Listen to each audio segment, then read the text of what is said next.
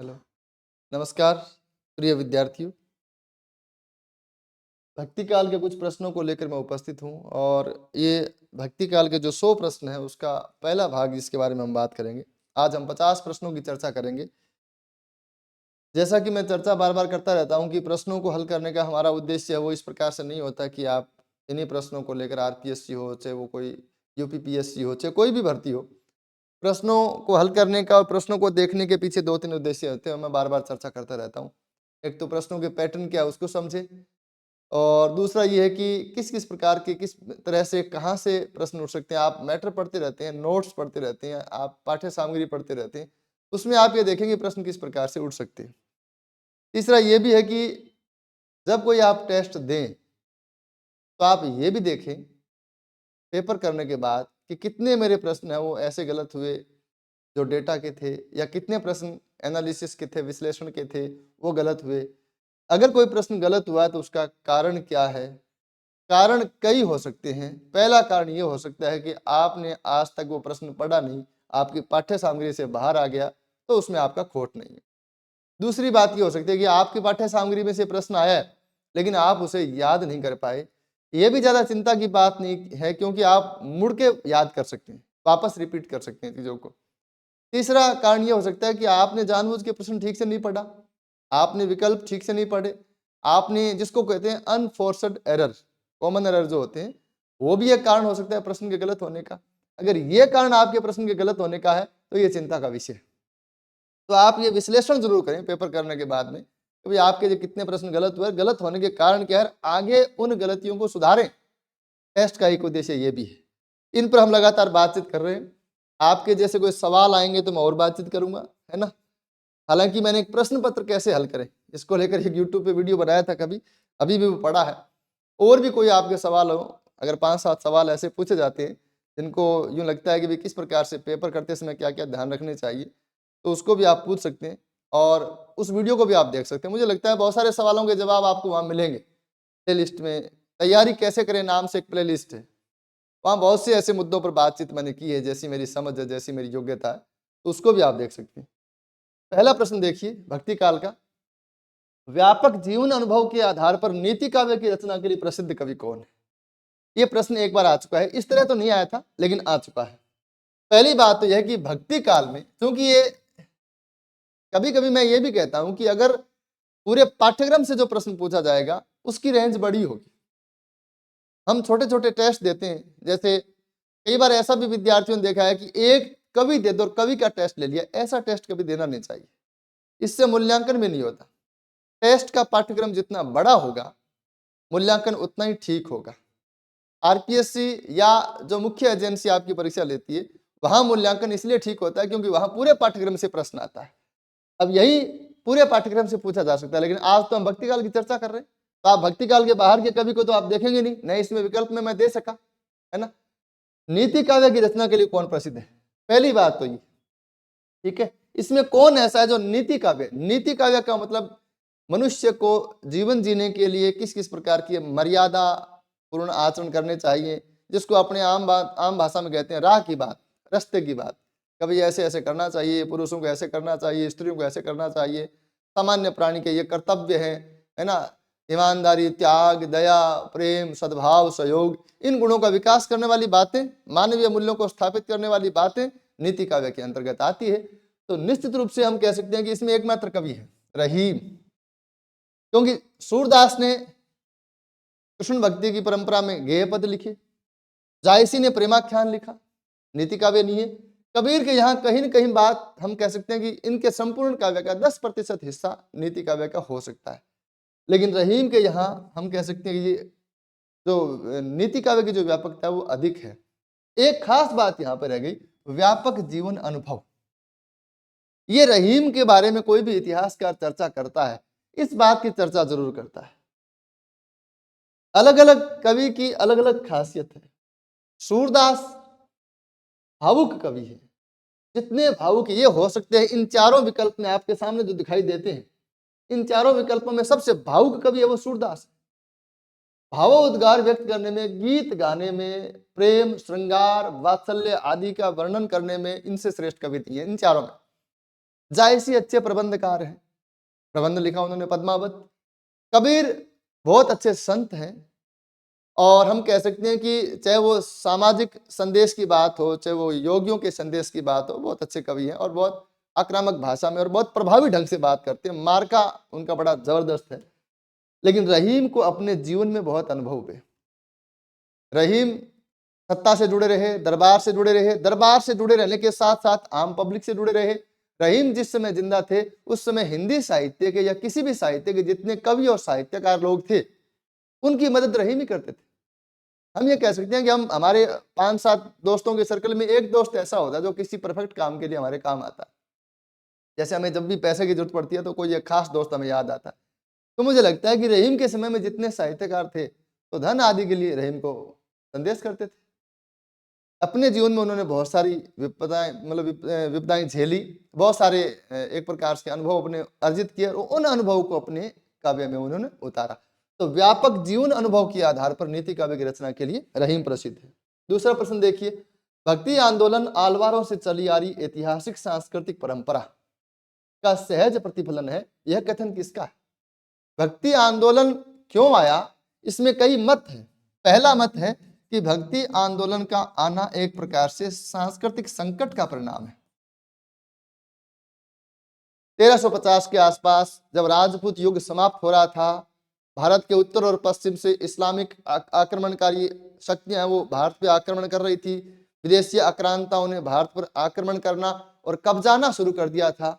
उस समय भारत पर एक विदेशी संस्कृति आई और उसने भारत के जो मूल संस्कृति है उसके ऊपर आघात किया और डर के लोग भगवान की शरण में गए, भक्ति काल आया। ऐसा भी एक मत है जिसको हम एक शब्द में कह सकते हैं, एक सांस्कृतिक संकट। दूसरी बात, हजारी प्रसाद द्विवेदी या बहुत सारे और लोग मानते हैं कि भक्ति काल के आने का कारण ये है क्योंकि दक्षिणी भारत में आलवारों की परंपरा थी।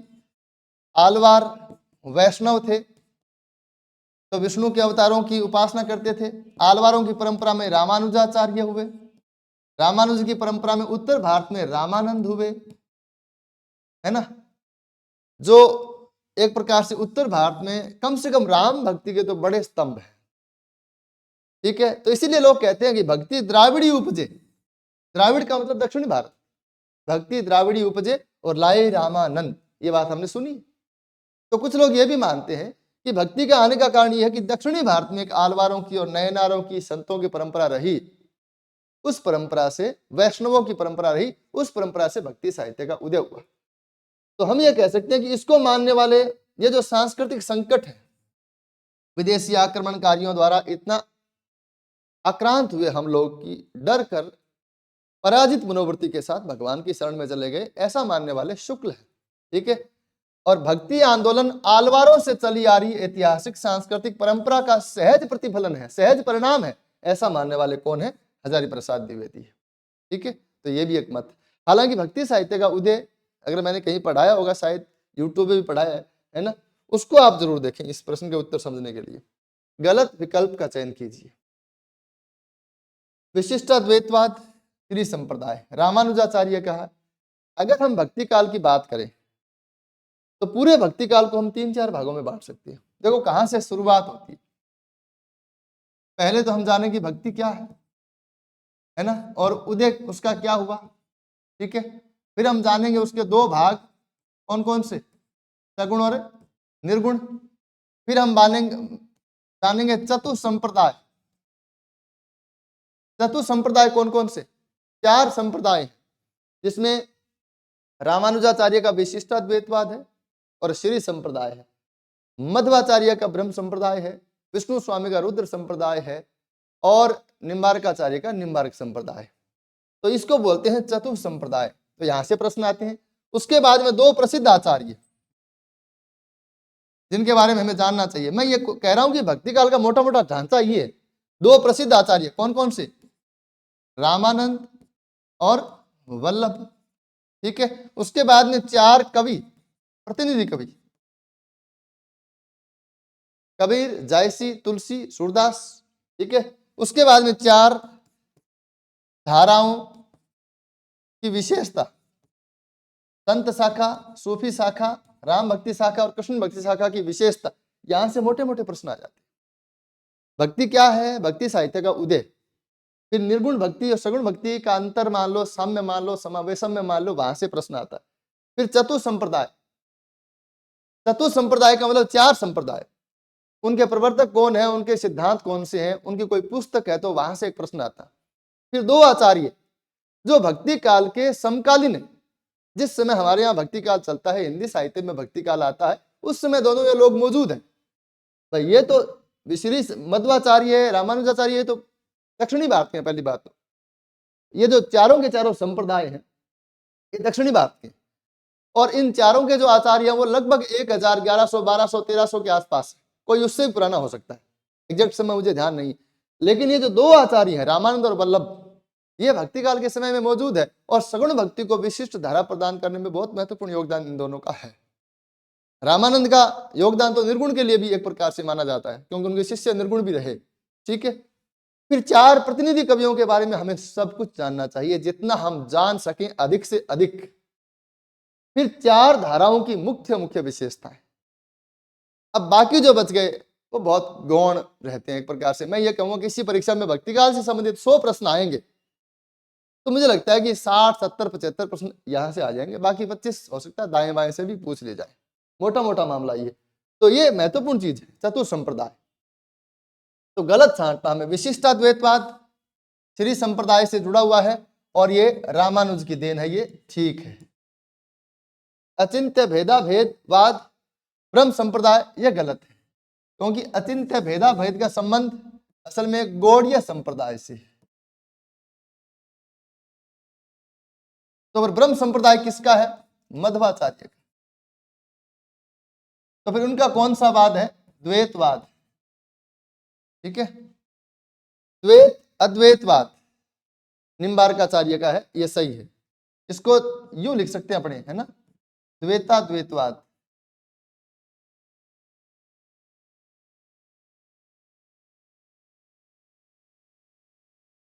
ठीक है, या भेदा भेदवाद भी कहते हैं इसको। शुद्धाद्वैतवाद रुद्र संप्रदाय विष्णु स्वामी का, ये ठीक है। तो कुल मिला के इसका उत्तर क्या हो गया? बी हो गया। चैतन्य संप्रदाय या चैतन्य स्वामी का जो गौड़ीय संप्रदाय है, उससे जुड़ा हुआ है अचिंत्य भेदा भेद। ये क्या है? सिद्धांत है। ठीक है, और ये क्या है? संप्रदाय। ये क्या है? संप्रदाय। और आगे इनके प्रवर्तक। एक टेबल बन सकती है पूरी की पूरी, एक टेबल बना सकती हैं आप सबसे पहले लिखें आचार्य का नाम, फिर लिखें सिद्धांत का नाम, फिर लिखें संप्रदाय का नाम, फिर लिखें पुस्तक, और फिर लिखें संबंध। संबंध किससे? जैसे श्री संप्रदाय का संबंध राम भक्ति से, बाकी तीनों का संबंध है वो लगभग कृष्ण भक्ति से माना जा सकता है। हालांकि ये आलवारों की परंपरा के जो लोग हैं वो कोई नारायण को पूजते हैं, कोई वासुदेव को पूजते हैं, नाम अलग अलग हो सकते हैं, लेकिन मैं ये कहता हूं कि चतुर संप्रदाय में श्री संप्रदाय का संबंध राम भक्ति से और बाकी का कृष्ण भक्ति से, जिसमें रुद्र संप्रदाय का और निम्बार्क संप्रदाय का तो सीधा संबंध कृष्ण भक्ति से है। ठीक है, इन मध्वाचार्य का भी एक प्रकार से आगे जाके वो कृष्ण भक्ति से जुड़ जाता है वो संप्रदाय। ठीक है, मुझे लगता है कि मैं एक थोड़ा सा ये भी सोचता हूं कि जो प्रश्नोत्तरी में जितने सवालों का मैं हल कर देता हूं, शायद नए सवाल भी खड़े हो जाते होंगे, लेकिन मैं आपको फिर बता रहा हूं कि मैं उम्मीद करता हूं कि ये प्रश्नोत्तरी वो विद्यार्थी देखेंगे जिनकी भक्ति काल के बारे में थोड़ी सी समझ है या जिन्होंने भक्ति काल के बारे में पढ़ा है। विद्यार्थी को मैं एक और महत्वपूर्ण मैसेज देना चाहता हूं, हालांकि इससे क्लास लंबी हो जाती है, लेकिन यह बहुत जरूरी चीज है किसी भी नए विद्यार्थी के लिए, तो अति आवश्यक जरूरी है कि विद्यार्थी शुरुआत में ही बहुवैकल्पिक प्रश्नों की तरफ आकर्षित होता है और वो ज्यादा से ज्यादा MCQ, आजकल इसका जमाना भी आ गया, क्या बोलते हैं पता नहीं इसको, क्या MCQ बोलते हैं क्या, मतलब ये बहुवैकल्पिक प्रश्न को क्या बोलते हैं, मल्टी चॉइस क्वेश्चन, है ना। तो इनकी तरफ वो जल्दी आकर्षित होता है और उसको ध्यान ही नहीं, भक्ति काल के बारे में जानकारी नहीं है, फिर भी भक्ति काल की प्रश्नोत्तरी हल कर रहा है। ऐसा नहीं करना चाहिए। पहले डिस्क्रिप्टिव में पाठ्यक्रम को पूरा करें और हो सके तो कम से कम 2 किताब पढ़े भक्ति काल के संबंध में। जैसे 2 इतिहास आप पढ़ रहे हैं, हजारी प्रसाद द्विवेदी का, रामचंद्र शुक्ल का, है ना, 2 इतिहास आप पढ़ रहे हैं, 2 इतिहास पढ़ने के बाद में उसके नोट्स बनाइए, फिर उसको याद कीजिए। अब जाके आप चाहे तो कोई बहुवैकल्पिक प्रश्नों की कोई पुस्तक लेके आइए, चाहे यूट्यूब पे प्रश्नोत्तरी देखिए, अब आप योग्य हैं उसको देखने के, उससे पहले मत देखिए, कोई फायदा नहीं है आपको इसका। एक प्रकार से मतलब लालच तो हो जाता है ना, विद्यार्थी से ज्यादा जुड़ते हैं। मुझे भी कई बार विद्यार्थी ऐसा कहते हैं कि गुरुजी आप ज्यादा से ज्यादा प्रश्नोत्तरी के वीडियो बनाइए, है ना, ताकि आप वायरल हो जाएं। तो वायरल होकर भी क्या करेंगे, है ना। लेकिन मुझे लगता है कि कोई अध्यापक वायरल हो नहीं हो, इससे विद्यार्थी को क्या लेना देना है। विद्यार्थी को सही प्रक्रिया अपनानी चाहिए। खैर, इसका उत्तर बी हो गया, है ना। अगला अगला प्रश्न देखिए, निम्न में से सत्य कथन क्या छांटना है सही। सही कथन ढूंढने हैं। शाहजहां के अंत के साथ ही हिंदी साहित्य में भक्ति काल की भी समाप्ति हो गई।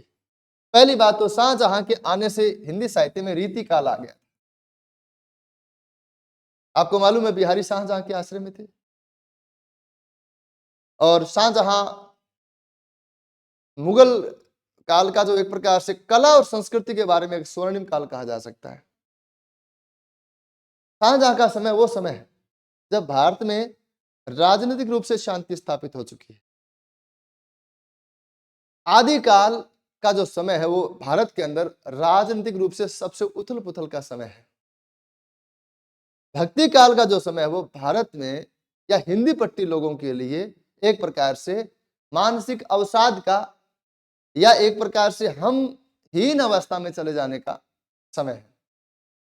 भक्ति काल के समय में भारतीय जनमानस हीन अवस्था में है, क्योंकि एक विदेशी संस्कृति का, एक विदेशी आक्रमणकारी का, आक्रांता ग्रुप का, समूह का उसके ऊपर अधिकार हो चुका है, तो वो हीन स्थिति में है। शाहजहां तक आते आते, मतलब रीति काल तक आते आते हम इस भावना से निकल चुके हैं, क्योंकि मुगलों ने भारत को अपनाया और इस तरह से अपनाया कि हमें लगने लगा कि ये अपने ही लोग हैं। वो हीन भावना जाती रही और हम आनंद में, भोग विलास में, कम से कम सत्ता पक्ष के लोग तो इस आनंद और भोग विलास में मशगूल हो ही गए। तो ये बात सही है कि शाहजहां के साथ, अंत के साथ ही हिंदी साहित्य में भक्ति काल की समाप्ति होगी और नया काल आ गया, रीति काल। तो ये ठीक बात है। भक्ति शब्द का सर्वप्रथम उल्लेख श्वेता श्वेतर उपनिषद में मिलता है, और यह उल्लेख निर्गुण भक्ति से संबंधित है। यह गौर करने की बात है, यह बात भी सही है। भक्ति शब्द का उल्लेख भारतीय जो ज्ञान परंपरा है उसमें श्वेता श्वेतर उपनिषद में मिलता है, और इसका संबंध निर्गुण भक्ति से है, क्योंकि आलवारों का संबंध हम कहें, अभी अभी हमने चर्चा की कि आलवारों से भक्ति ऊपर दक्षिण उत्तर भारत की तरफ आई, आलवारों से भक्ति उत्तर भारत की तरफ आई, अभी मैंने बताया आपको। लेकिन आलवारों ने तो सगुण भक्तों को प्रभावित किया। आलवार संख्या में 12 थे और ये सगुण थे, इनका निर्गुण से कोई लेना देना नहीं है, और इनका प्रभाव निर्गुण भक्ति साहित्य पर कोई नाम मात्र का कहीं होगा तो होगा, नहीं तो न के बराबर है। तो फिर निर्गुण भक्ति का मूल स्रोत कहां है? श्वेता श्वेतर उपनिषद में है। तो ये बात भी ठीक है। भक्ति का मूल तत्व राग है, ये बात ठीक है, यहां तक ये बात ठीक है। अभी एक विद्यार्थी ने मुझसे सवाल भी किया, हमारे साथी हैं, उन्होंने सवाल किया कि क्या निर्गुण भक्ति में भी राग तत्व मौजूद है? राग का मतलब है प्रेम, निर्गुण में भी राग मौजूद है निश्चित रूप से। आप देखें कबीर में भावात्मक रहस्यवाद भी मौजूद है। कबीर अपने आप को राम की दुल्हनिया कहते हैं, है ना। इससे बढ़कर राग तत्व और क्या होगा? और दादू दयाल तो राग तत्व में इतने आगे बढ़ जाते हैं कि लोग कहते हैं कि वो सगुण जैसे लगते हैं कभी कभी। तो चारों शाखाओं में प्रेमाख्यान और सूफी प्रेमाख्यान तो है, और कृष्ण भक्ति में भी प्रेम तत्व मूलतः मौजूद है। तो प्रेम तत्व, गुरु का महत्व, नाम स्मरण, चित्त की शुद्धता, ऐसा तो कोई है ही नहीं भक्ति साहित्य में जो नहीं कहता हो ये बात, ये तो सभी में पाई जाती है। तो भक्ति का मूल तत्व राग है, ये मानने की चीज है। लेकिन आगे बात गलत है कि इस तत्व का निर्गुण भक्ति मार्ग में अभाव है, ये बात, इतनी बात गलत है। पहला कथन सही है, दूसरा भी सही है, तीसरा कथन आधा सही आधा गलत है, हम इसको गलत माने। आधा कुछ नहीं होता यहाँ पे, इसको गलत माना जाएगा। हिंदी साहित्य में सगुण भक्ति पर आलवारों की परंपरा का प्रभाव दृष्टिगोचर होता है। हिंदी साहित्य में सगुण भक्ति पर, निर्गुण पर नहीं, क्योंकि आलवार वैष्णव भक्त थे, और विष्णु को वैष्णव भक्ति, विष्णु की भक्ति करने वालों को वैष्णव कहा जाता है। और विष्णु के 2 अवतार हुए, राम और कृष्ण। और हिंदी साहित्य में सगुण भक्ति में राम और कृष्ण के गीत गाए गए। इसलिए हिंदी साहित्य की सगुण भक्ति को वैष्णव भक्ति भी कहा जा सकता है। नहीं कह सकते क्या? कह सकते हैं। हिंदी साहित्य में सगुण भक्ति को वैष्णव भक्ति भी कहा जा सकता है, क्योंकि दोनों विष्णु के अवतार है, राम और कृष्ण। आलवार वैष्णव थे, राम और कृष्ण विष्णु के अवतार हैं। आलवारों का प्रभाव सीधा सीधा सगुण भक्ति में मिलता है, ये कथन भी सत्य है। मुझे तो यूं लगता है, इसको हम यूं कह देना, हिंदी साहित्य में सगुण भक्ति पर ही आलवारों का प्रभाव, तो अब ये सही हो जाएगी। तो कुल मिला के पहला, दूसरा और चौथा 4 कथन सही है, तो इसका ए उत्तर हो जाएगा। अगला प्रश्न देखिए, धर्म की भावात्मक अनुभूति या भक्ति। धर्म की भावात्मक अनुभूति, इतना ही कथन पूछ ले तो ये कथन तो रामचंद्र शुक्ल का है। छोड़ो, ये बात हो गई इतनी, लेकिन यहां से कितनी बातें हो सकती है, मैं ये कह रहा हूं। धर्म की भावात्मक अनुभूति, जिसको क्या कहा है? भक्ति।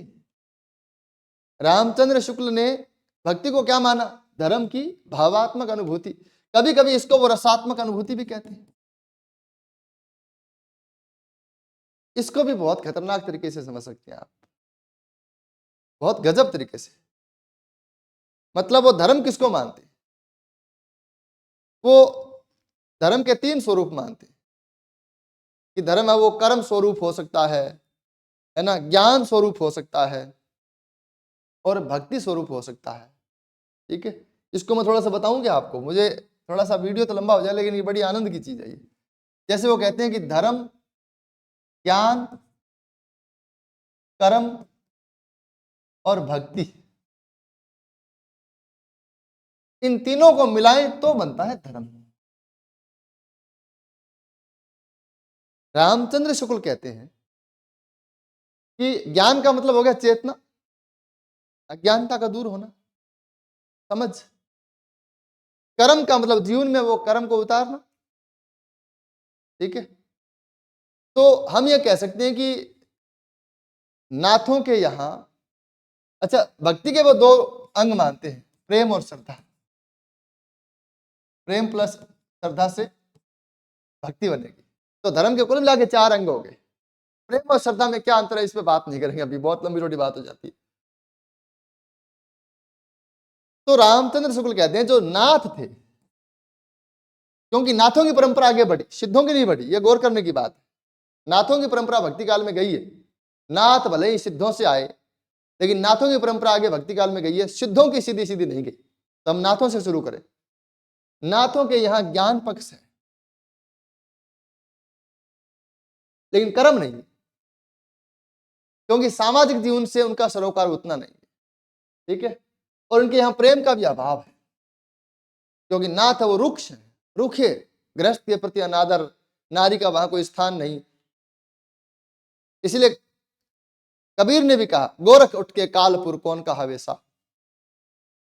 कबीर ने भी यह बात कही। तो उनके यहां केवल ज्ञान पक्ष है। तो धर्म का कंप्लीट जो खांचा है वो नाथों में नहीं पाया जाता, शुक्ल ये कहना चाहते हैं। फिर आए संत, और संत का मतलब कबीर। कबीर के यहां ज्ञान पक्ष भी है और प्रेम पक्ष भी। इसलिए कबीर के लिए रामचंद्र शुक्ल ने एक बात कही है कि कबीर का भला हो। कबीर ने ऐसे लोगों को एक वक्त ठीक वक्त से संभाला। कबीर ने ऐसी बड़ी जाति को संभाला जो नाथ पंथ के प्रभाव से प्रेम से दूर होती जा रही थी, क्योंकि नाथों ने केवल ज्ञान के प्रति जोर दिया, प्रेम को छोड़ दिया। कबीर ने नाथों से प्रेरणा तो ली, लेकिन उन्होंने प्रेम को भी शामिल किया। इसलिए वो कहते हैं कबीर ने ठीक वक्त पर एक ऐसे बड़े वर्ग को संभाला जो नाथों के प्रभाव से प्रेम से दूर होता जा रहा था। लेकिन शुक्ल जी ये मानने के लिए तैयार नहीं है कि कबीर की भक्ति है, वो कबीर का जो साहित्य है वो धर्म स्वरूप है, क्योंकि 2 चीजें फिर भी नहीं है, श्रद्धा और कर्म।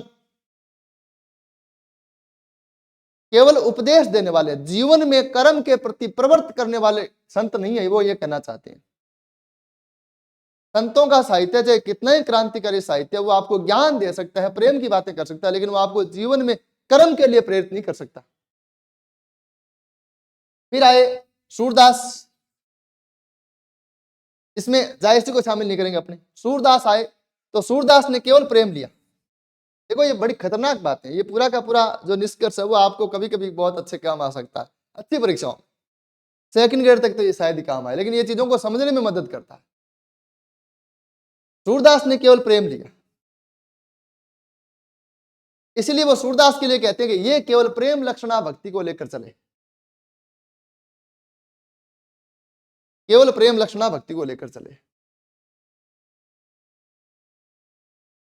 उनके यहां केवल और केवल प्रेम, जीवन उल्लास, जीवन में उत्सव, ये सब है।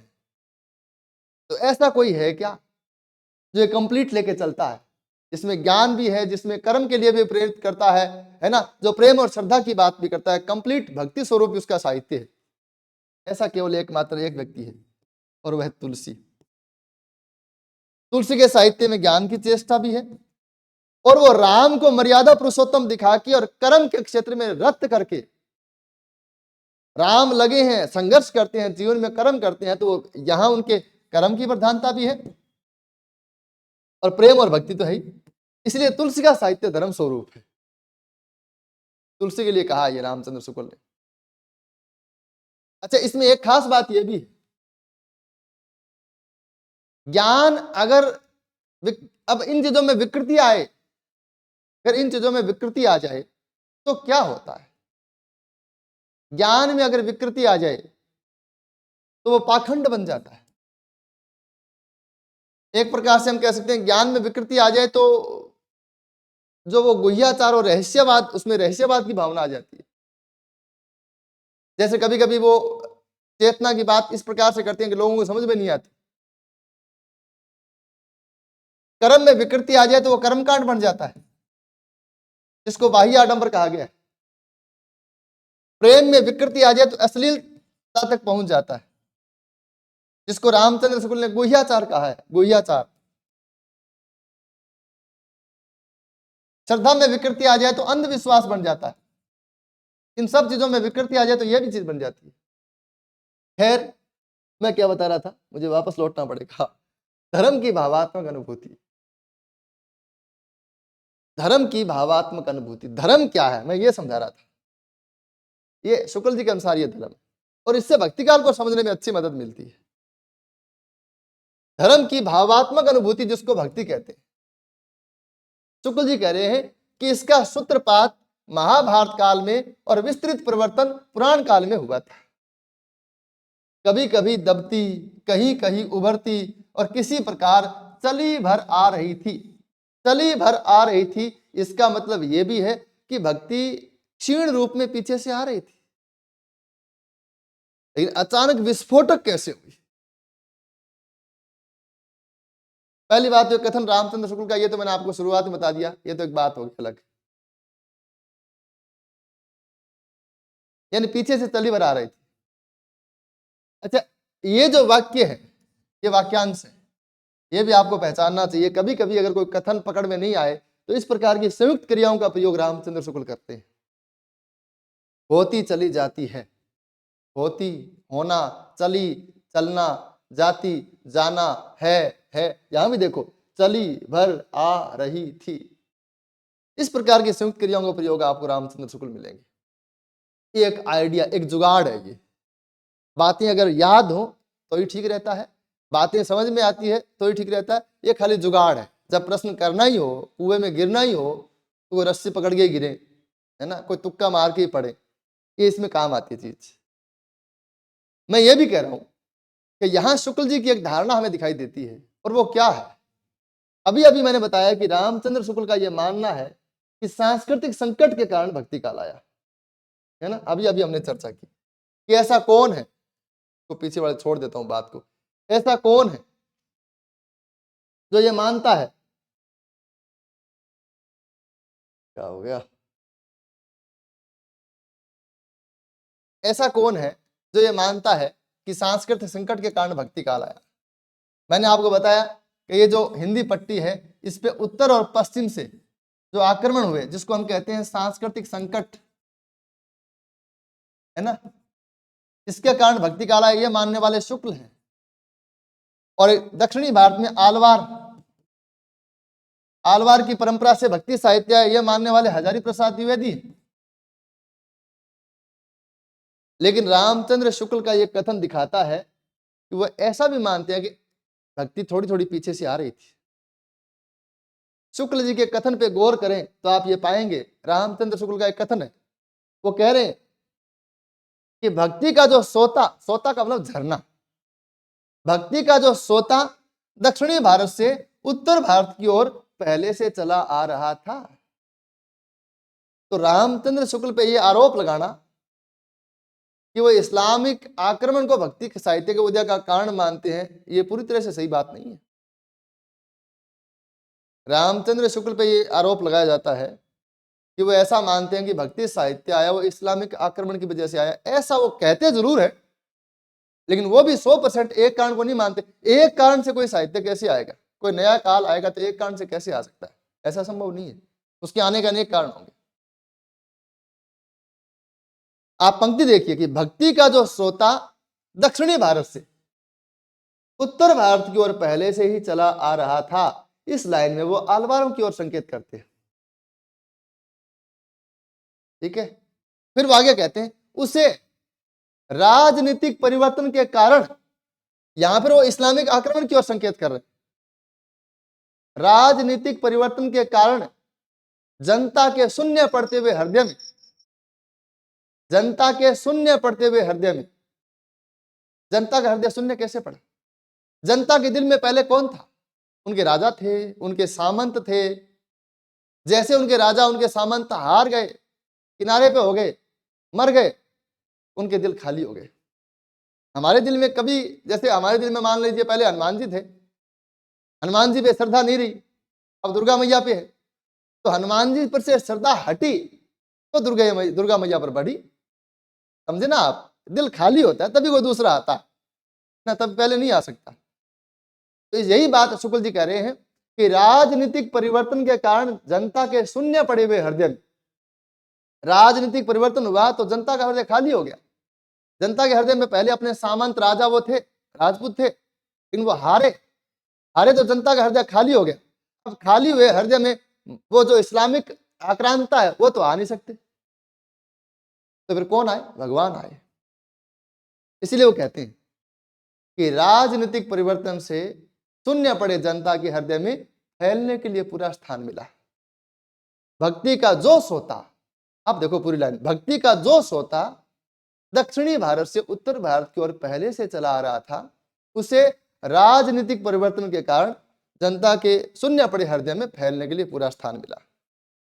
तो शुक्ल जी ये बात जो कह रहे हैं कि भाई पीछे से भी परंपरा थोड़ी बहुत चली आ रही थी, जब वो क्षीण रूप में कहीं दबती कहीं उभरती आ रही थी, ये बात शुक्ल जी कह रहे हैं। ठीक है, कभी आप मतलब ऐसा शक कर लो कि ये बात कैसे शुक्ल जी नहीं कह सकते, ऐसा मत सोचो। ठीक है, इसका उत्तर बी है। सूफी काव्य की विशेषताएं नहीं है, इसमें प्रेम तत्व की प्रधानता है, बिल्कुल ठीक है। फारसी मसनवी का प्रभाव, ये बात बिल्कुल ठीक है। हालांकि फारसी मसनवी से पूरी तरह से कॉपी नहीं करते वो। प्रेमाख्यान, भारतीय प्रेमाख्यान या हिंदी प्रेमाख्यान फारसी मसनवी से प्रभावित होने के बावजूद वो भारतीय हैं। कथानक रूढ़ियों का प्रयोग, ये ठीक है। कथानक रूढ़ियों मैंने पहले भी टेस्ट में आपको बताया है और कहीं ना कहीं मैंने बताई ये चीज। सूफी कवि शुद्ध रूप से इस्लाम के प्रचारक थे, ये गलत है, इसलिए यही इसका उत्तर है। इसमें छांटना है असत्य। सूफी कवि शुद्ध रूप से इस्लाम के प्रचारक थे, ऐसा मानना गलत है, क्योंकि सूफी इस्लाम के प्रचारक पहली बात तो थे ही नहीं। सूफी मत का उदय है वो इस्लामिक कट्टरता को कम करने के लिए हुआ था, इसकी चर्चा हमने कभी कहीं ना कहीं की होगी। अगला प्रश्न देखिए, जिन जिन में आत्मविश्वास की कमी थी उन्हें त्राणकारी की आवश्यकता महसूस हुई। त्राण का मतलब होता है रक्षा, त्रास का मतलब होता है भय, है ना। त्राण का मतलब रक्षा, रक्षा करने वाला। जिन जिन में आत्मविश्वास की कमी थी उन्हें त्राणकारी की आवश्यकता महसूस हुई। भक्ति साहित्य के उदय की संबंधित यह कथन किसका है? जयशंकर प्रसाद का है। इसके मायने क्या है? अभी अभी हमने चर्चा की कि रामचंद्र शुक्ल का ऐसा मानना है कि भक्ति साहित्य का आने का एक मोटा कारण यह था कि हिंदुस्तान पर इस्लामिक आक्रमणकारियों ने आक्रमण किए, जिससे यहाँ की जनता हीन भावना से ग्रसित हो गई। है ना, पराजित मनोवृत्ति की हो गई, उनके सामने ही उनके देवताओं पर मतलब उनका अपमान किया जाने लगा, उनके सामने उनके मंदिर तोड़े जाने लगे। इस समय में ऐसे हताश और पराजित मनोवृत्ति के लोग भगवान की शरण में जाने के अलावा कर ही क्या सकते थे। अब वो वीरता के गीत किस मुंह से गाते और किन कानों से सुनते। ऐसे दीन भाव के लोग भगवान की शरण में चले गए, इसीलिए भक्ति काल आया। ये बात शुक्ल जी ने कही। जयशंकर प्रसाद उसी बात का समर्थन कर रहे हैं कि जिन जिन में आत्मविश्वास की कमी थी, उन्हें एक त्राणकारी की आवश्यकता महसूस हुई, एक बचाने वाला। और जब बचाने वाला बगल में नहीं हो तो भगवान की ओर पुकारते हैं। बचाने वाला पहले तो कौन था? सामंत था, राजपूत राजा था, या हमारे यहाँ के देसी राजा थे, वो सब बचाने वाले थे। लेकिन वो जैसे ही हाशिए पर गए, शहीद हुए, मारे गए, हट गए, अधीनता स्वीकार कर ली, हार गए, पराजित हो गए, कांतिहीन हो गए, जो भी हुआ, तो बचाने वाला अब कोई नहीं अगल बगल। तो अगल बगल का बचाने वाला नहीं हूं। पहले तो आदमी खुद पे विश्वास करता है, यार मैं खुद हूं, मुझे क्या जरूरत है।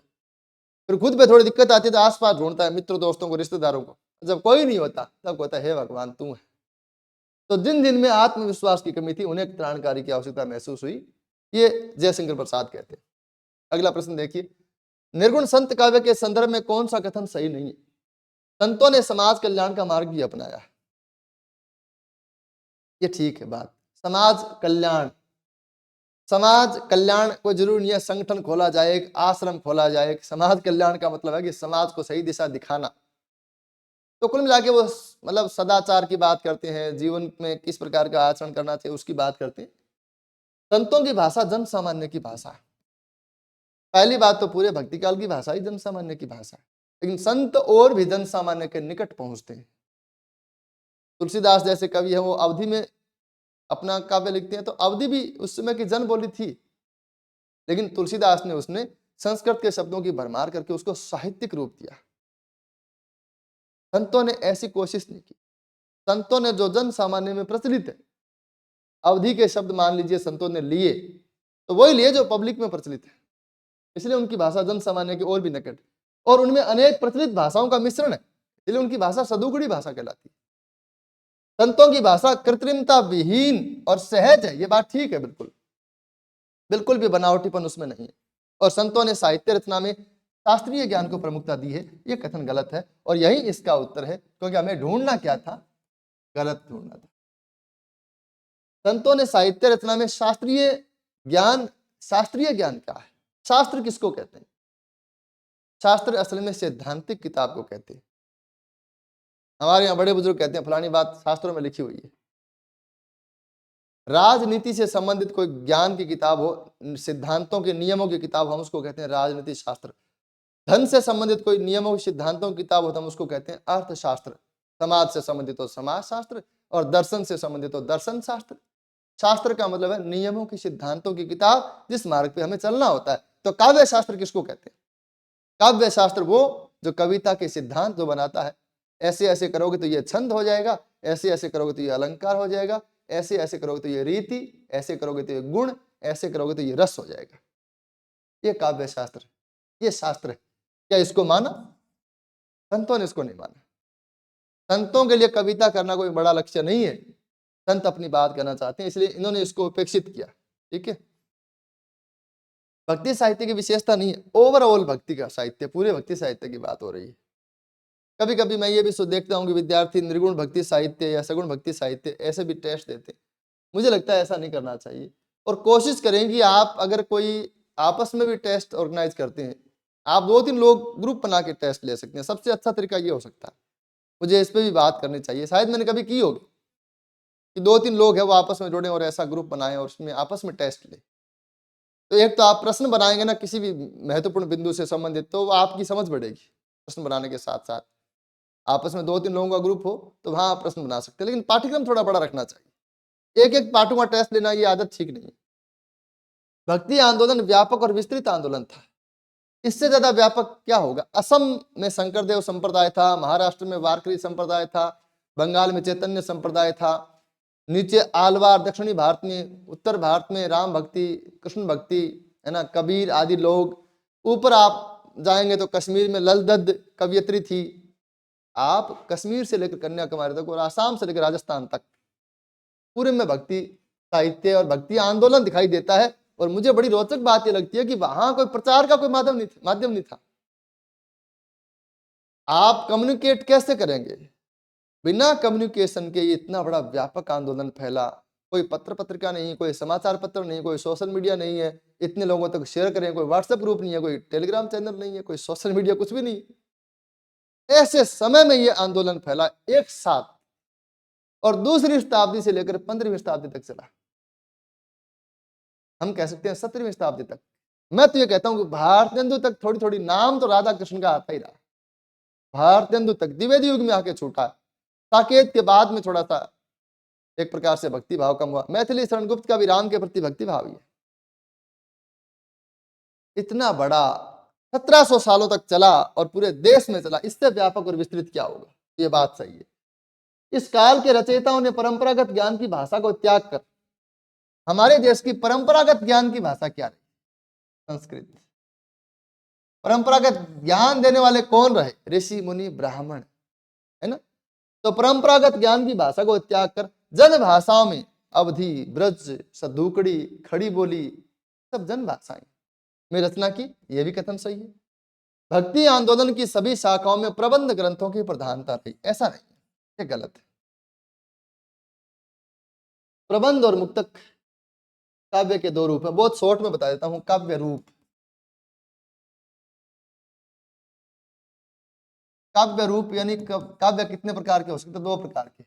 बड़ा बड़ा हम विचार करें तो प्रबंध का मतलब, बंध का मतलब बंधा हुआ, किसमें? कथा में। ऐसा काव्य जिसमें स्टोरी हो। हालांकि इसकी परिभाषाएं बड़ी व्यापक है, लेकिन मैं शॉर्ट में बता रहा हूं आपको समझने के लिए। परीक्षा में इसका सवाल आए कि नहीं आए। प्रबंध का मतलब वो जो कथा में बंधा हुआ है, जैसे रामचरितमानस है तो प्रबंध काव्य, क्योंकि रामचरितमानस में कथा चलती है। राम जी आए, धनुष तोड़ा, सीता का विवाह किया, बाद में मतलब तिलक की बारी आई, वनवास हुआ, ये सब प्रबंध। अच्छा, प्रबंध की खासियत यह कि बीच में से अगर 20 पेज फाड़ दिए जाए तो फिर कथा भंग हो जाती, का आनंद नहीं रहता, उसमें क्रम होता है। मुक्तक का मतलब है जो मुक्त है, किससे? कथा से। जैसे कबीर का पहला दुआ आपने पढ़ा, वहां वो ज्ञान की बात कर रहे हैं। 5वां पढ़ा, गुरु की बात कर रहे हैं। 10वां पढ़ा, विरह की बात कर रहे हैं। 25वां पढ़ा, उपदेश दे रहे हैं, है ना। 40वां पढ़ा, विकारों पर बात कर रहे हैं। आप उनको कैसे ही पढ़िए, वहां कोई क्रम नहीं है, कोई बंधन नहीं है कथा का, तो उसको हम मुक्तक कहते हैं। प्रबंध फिर दो प्रकार का होता है, महाकाव्य और खंड काव्य। तो महाकाव्य जिसमें पूरा जीवन हो, समग्र जीवन हो, जिसमें अनेक प्रकार के रंग हो, जिसमें एक रस प्रधान हो और अन्य रस उसके अंगी रस हो, है ना। जैसे रामचरितमानस महाकाव्य, क्योंकि राम का पूरा जीवन चरित्र उसमें मिलता है। लेकिन मैथिली शरण गुप्त ने लिखा था पंचवटी, तो पंचवटी केवल राम के पंचवटी में होने वाले घटनाक्रम को दिखाता है। तो यह खंड काव्य, खंड का मतलब पार्ट, जो हमारा चरित्र नायक है उसके जीवन का केवल एक पार्ट दिखाना, वो खंड काव्य का काम। उसी प्रकार से मुक्तक दो प्रकार के होते हैं, पाठ्य मुक्तक और गेय मुक्तक। जैसे कबीर के दोहे पढ़े जाते हैं लेकिन मीरा के पद गाए जाते हैं, तो कबीर के दोहे पाठ्य मुक्तक हैं और मीरा के पद गेय मुक्तक है। ठीक है, तो हमें देखना चाहिए कि भक्ति आंदोलन की सभी शाखाओं में प्रबंध ग्रंथों की प्रधानता रही, है गलत बात है। अगर हम बात करें प्रेमाख्यानों की तो ये बात ठीक है, प्रेमाख्यानों में प्रबंध प्रधान। अगर हम बात करें संत की तो यह बात बिल्कुल गलत है। वह संत साहित्य में प्रबंध लिखे ही नहीं गए, मुक्तक ही लिखे गए। अगर हम बात करें राम काव्य की तो हम कह सकते हैं कि 50-50। फिर भी हम कह सकते हैं कि राम काव्य में प्रबंध काव्य की प्रधानता है ना, इनकी अपेक्षा ज्यादा है। ठीक है, अगर हम बात करें कृष्ण काव्य की, हो सकता है कोई एक आधा ग्रंथ छोड़ के बाकी सब क्या लिखे गए? मुक्तक लिखे गए। तो यहां भी यह बात गलत साबित होती है। तो यह बात गलत है कि भक्ति आंदोलन की सभी शाखाओं में प्रबंध काव्य की प्रधानता रही, है ना। और हमें यही छांटना था, मैं क्या पकड़ना था? गलत पकड़ना था। भक्ति साहित्य आध्यात्मिक चेतना के साथ साथ जन जागरण का आंदोलन भी है। देखो, आध्यात्मिक चेतना का मतलब आत्मा के प्रति जागृति, मैं कौन हूं, मैं ईश्वर से संबंधित हूं, मैं परमात्मा का भजन करने के लिए संसार में आया था, ये आध्यात्मिक चेतना। लेकिन जन जागृति का मतलब है कि हम समाज में मानव के प्रति, प्राणी मात्र के प्रति हमारा क्या कर्तव्य है ना। आपस में हम द्वेष भावना नहीं रखें, आपस में हम तो आचरण करते हैं, भेदभाव के आधार पर वो नहीं करें। इस प्रकार की चीजें भी भक्ति साहित्य में मिलती है, तो ये बात भी ठीक है। अगला प्रश्न देखिए, सगुण और निर्गुण भक्ति की तुलना की दृष्टि से निम्नलिखित में से कौन सा कथन सही नहीं है।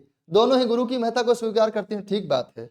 दोनों ही सत्संगति, सत्संगति का मतलब है सत्य का साथ, इस पे बल देते हैं। दोनों ही तीर्थाटन पर जोर देते हैं, यह गलत है। तीर्थों पर जाने का महत्व सगुण भक्ति में है, निर्गुण में नहीं है। तो हमारा यही उत्तर है, क्योंकि हमें छांटना क्या था, गलत। दोनों ही नाम स्मरण की महिमा स्वीकार करते हैं, यह भी ठीक है। अगला प्रश्न देखिए, कबीर के निर्गुण पंथ से भी पूर्व कबीर जैसी ही निर्गुण मार्गी परंपरा हमें कहां दिखाई देती है। कबीर के निर्गुण पंथ से भी पूर्व, कबीर से पहले कबीर जैसी बात किन लोगों ने कही, ये पूछ रहा है। कबीर जैसी ही निर्गुण मार्ग की परंपरा हमें कहां दिखाई देती है, तो महाराष्ट्र के वारकरी संप्रदाय में दिखाई देती है, जिसमें नामदेववादी लोग हुए। इसलिए जब हम निर्गुण भक्ति साहित्य पढ़ते हैं, कबीर को पढ़ते हैं, तो उससे पहले हम वारकरी संप्रदाय या महाराष्ट्रीयन संत परंपरा को भी पढ़ते हैं, ठीक है। काशी नागरी प्रचारणी सभा से प्रकाशित कबीर ग्रंथावली नामक रचना के संपादक कौन है, बाबू श्याम सुंदर दास। कबीर की रचना के कितने रूप हैं, एक नाम आपने सुना, बीजक। अच्छा, कितने रूप हैं, इसका क्या मतलब है, कंफ्यूज होते हैं बच्चे इसमें भी। कबीर की रचना हमें हस्तलिखित रूप में मिली है, वो कितने रूपों में मिली है, पांडुलिपियों में। एक तो बीजक मिली, जिसका संकलन किसने किया है, धर्मदास ने किया। दूसरी मिली है कबीर ग्रंथावली,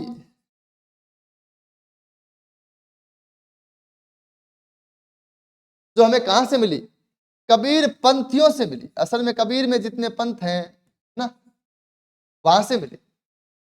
इसका संपादन किसने किया है, बाबू श्याम सुंदर दास ने किया है। श्याम सुंदर दास ने उस कबीर ग्रंथावली का संपादन किया है जो काशी नागरी प्रचारणी सभा से प्रकाशित है, जो आपके पाठ्यक्रम में भी है। तीसरा है गुरु ग्रंथ साहिब,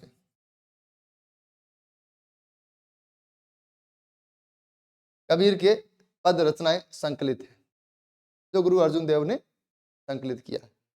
तो तीन रूप मिलते हैं कबीर की रचना के, ये भी ध्यान देने की चीज है ना। हिंदू और इस्लाम दोनों धर्मों एवं सामंतवाद से परेशान होकर, हिंदू और इस्लाम दोनों धर्मों और सामंतवाद से परेशान होकर निम्न वर्ग के लोगों ने संत काव्य के माध्यम से अपनी आध्यात्मिक वाणी को स्वर दिया। यह कथन बच्चन सिंह का है, ये मायने बहुत बड़े। अगर हम रामचंद्र शुक्ल की बात करें तो उनका दृष्टिकोण मर्यादावादी है, युगीन चेतनावादी है, साहित्य इतिहास लिखने का। अगर हम हजारी प्रसाद द्विवेदी की बात करें तो उनका जो मत है वो परंपरावादी है, ठीक है। और अगर हम बात करें बच्चन सिंह की, तो वो प्रत्येक चीज को मार्क्सवादी दृष्टिकोण से देखते हैं। सामंतवाद को बीच में जरूर लेकर आएंगे। सामंतवाद केवल हमें राजपूत युग से नहीं जोड़ना चाहिए, सामंतवाद एक प्रवृत्ति का नाम है।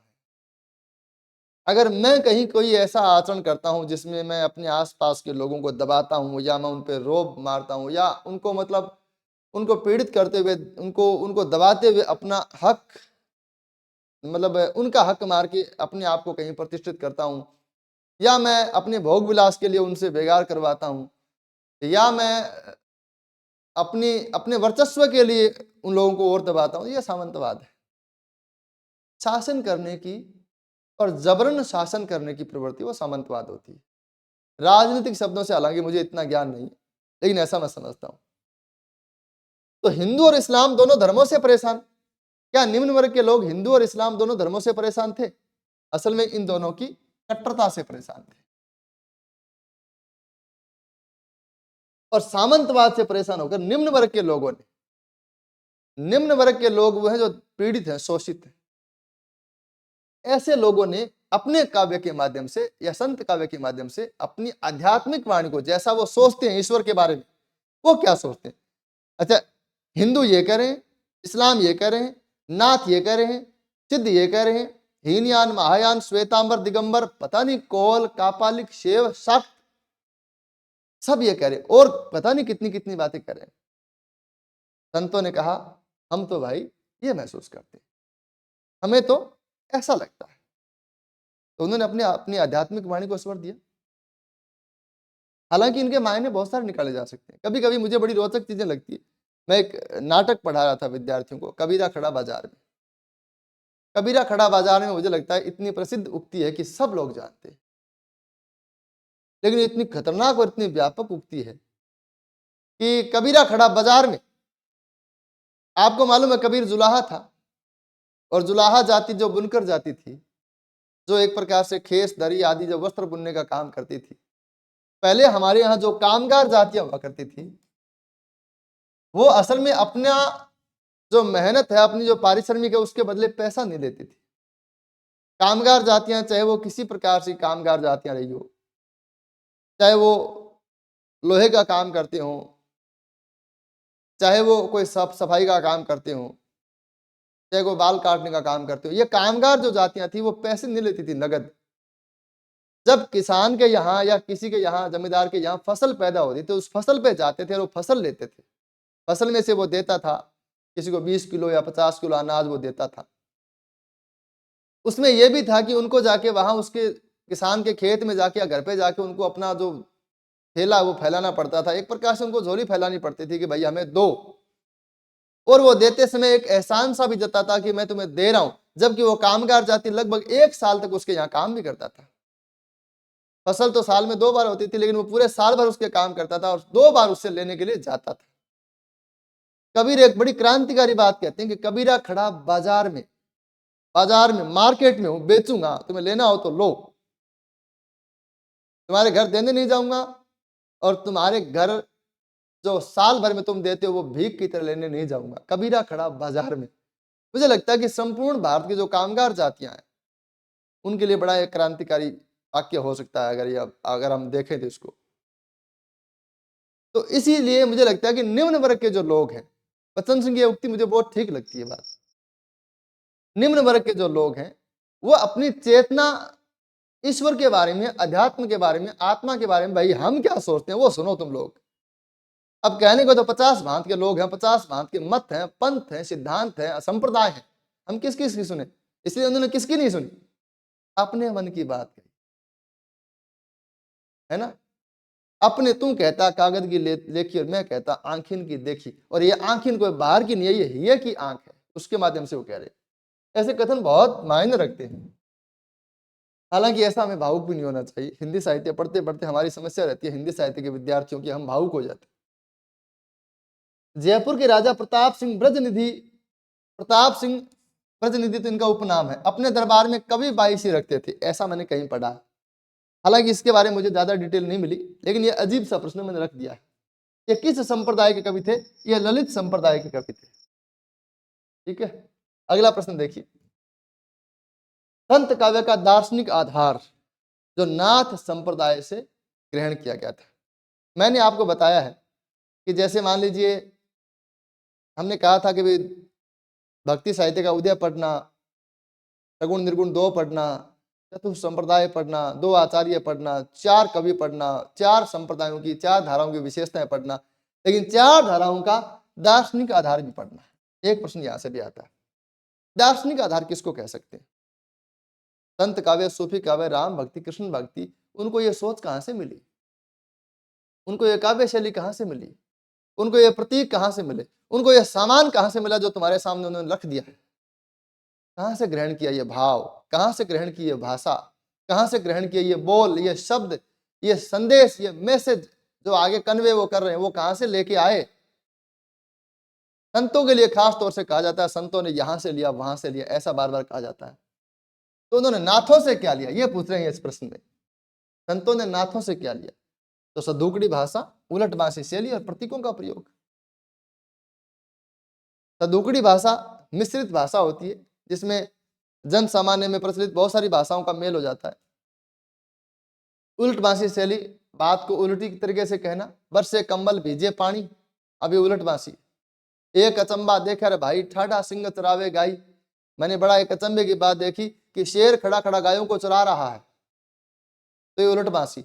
हालांकि इसको सुलझाते हैं तो सुलटी हो जाती है, बात सीधी हो जाती है, देखने में उलटी लगती है लेकिन जब सुलझाते हैं तो सीधी हो जाती है। जैसे इसमें कबीर ये कह रहे हैं कि एक अचंबा देखा रे भाई ठाडा सिंह, सिंह का मतलब है शेर, चरावे गाय, गायों को चरा रहा है, तो यहाँ सिंह है या शेर है वो मन का प्रतीक है और गाय इंद्रियों का प्रतीक है। तो कबीर ये कहना चाहते हैं कि मैं देखता हूं, बड़े अचंभे की बात है कि मन इंद्रियों को नियंत्रित कर रहा, ये कह रहे हैं वो।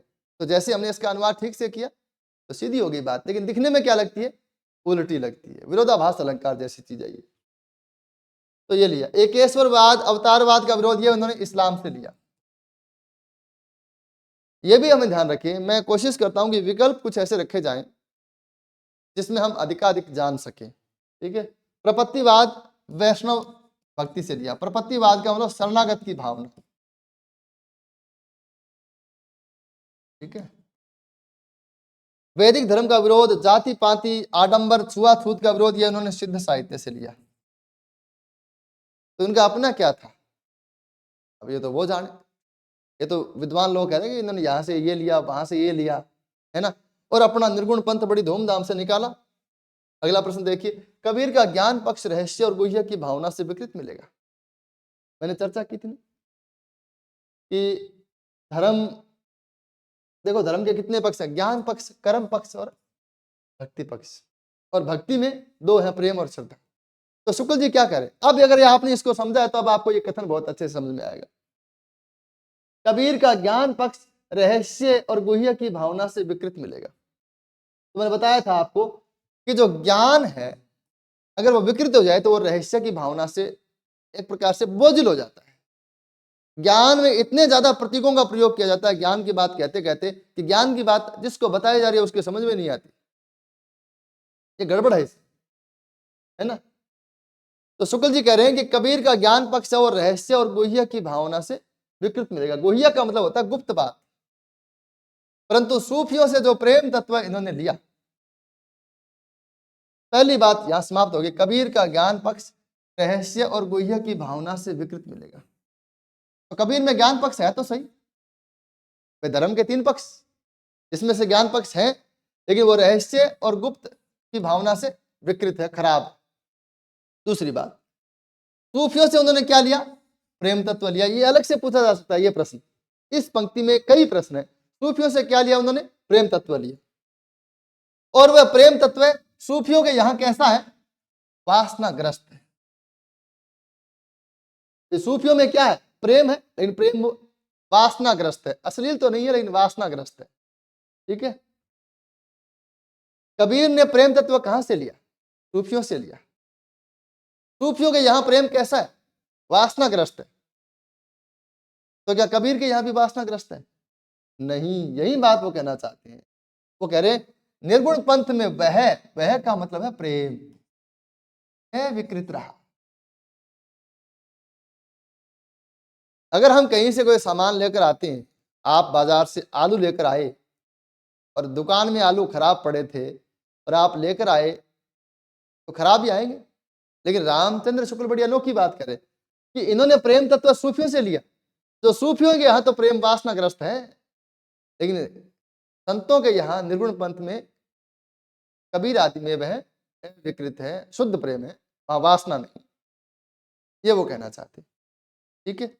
तो कुल मिला के वो बता रहे हैं कि हमने यह भी चर्चा की थी कि संत में कबीर के यहाँ ज्ञान है और प्रेम है, ये दो बातें हमने पहले बताई थी।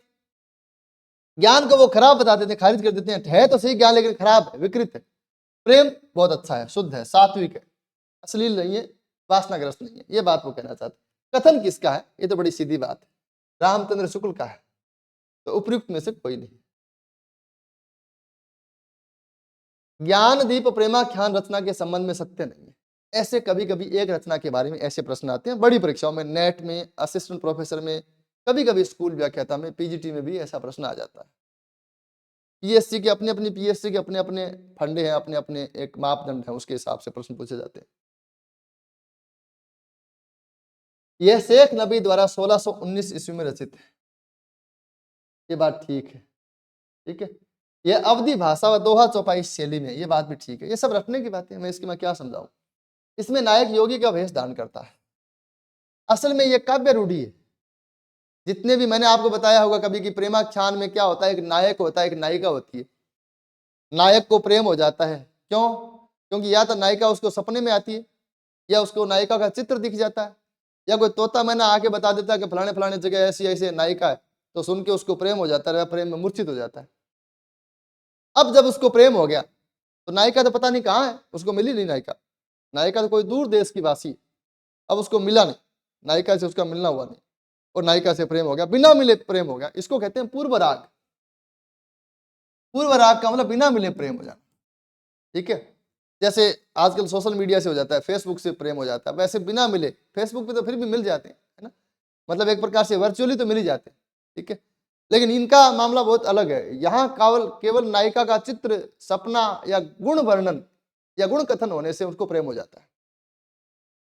फिर अब प्रेम हो गया तो क्या होगा, विरह पैदा होगा, क्योंकि मिले नहीं तो विरह हो गया। अब नायक घर से निकलेगा तो कैसे निकलेगा, योगी के भेष में निकलता है। तो ये प्रेमाख्यानों की, सूफी कवियों की काव्य रूढ़ी है कि नायक योगी के भेष में घर से निकलता है। लेकिन इसमें ज्ञानदीप में नायक योगी का वेश धारण नहीं करता, नायिका की सखी योगी का वेश धारण करती है, तो यह कथन गलत है और यही हमें छांटना था, ठीक है। हमें ढूंढना क्या था, गलत, तो ये उसका उत्तर क्या हो गया, सी हो गया।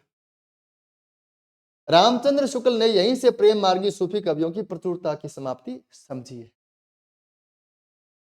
प्रेम मार्गी सूफी कवियों की प्रचुरता की समाप्ति, ठीक है, ये हमें देखना चाहिए। रामचंद्र शुक्ल ने इस संबंध में ऐसी 3 बातें कही, मैं लिख के लाया। एक तो वो कहते हैं सूफी आख्यान काव्यों की, मैं नीचे लिख देता हूं, सूफी आख्यान काव्यों की अखंडित परंपरा की समाप्ति। मुझे लगता है मैं इसको समझाऊंगा तो नहीं, बहुत समय लग जाएगा, आप इसको ऐसे कैसे याद कर लें। अनुराग बांसुरी से,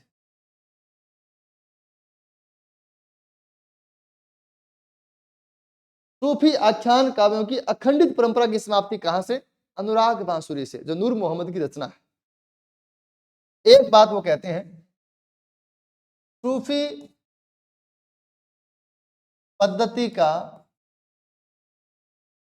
अंतिम ग्रंथ इंद्रावती। सूफी पद्धति का अंतिम ग्रंथ इंद्रावती, अखंडित परंपरा की समाप्ति अनुराग बांसुरी। और कवि का नाम लेकर कहते हैं कि इसी कवि से हमें सूफी ग्रंथों की प्रचुरता की समाप्ति समझनी चाहिए। तो शेख नबी के बारे में बात कर रहे हैं, ये ध्यान देने की बात है ना। प्रचुरता की समाप्ति, ये याद रखें, इतना प्रचुरता की समाप्ति, ठीक है, सूफी कवियों की प्रचुरता की समाप्ति। तो कवि के बारे में बात करें तो वो शेख नबी से कर रहे हैं ऐसा।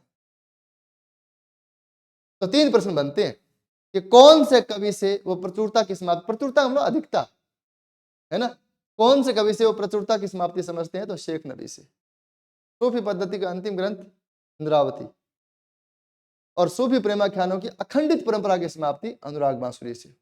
ऐसे ही इसको याद करें, ठीक है। राम काव्य की विशेषता नहीं है दास्य भाव की प्रधानता, ये ठीक है। राम का स्वरूप मर्यादा पुरुषोत्तम एवं लोक रक्षक है, ये ठीक है। लोक उत्सव एवं जीवन में आनंद को महत्व देना, ऐसा नहीं है।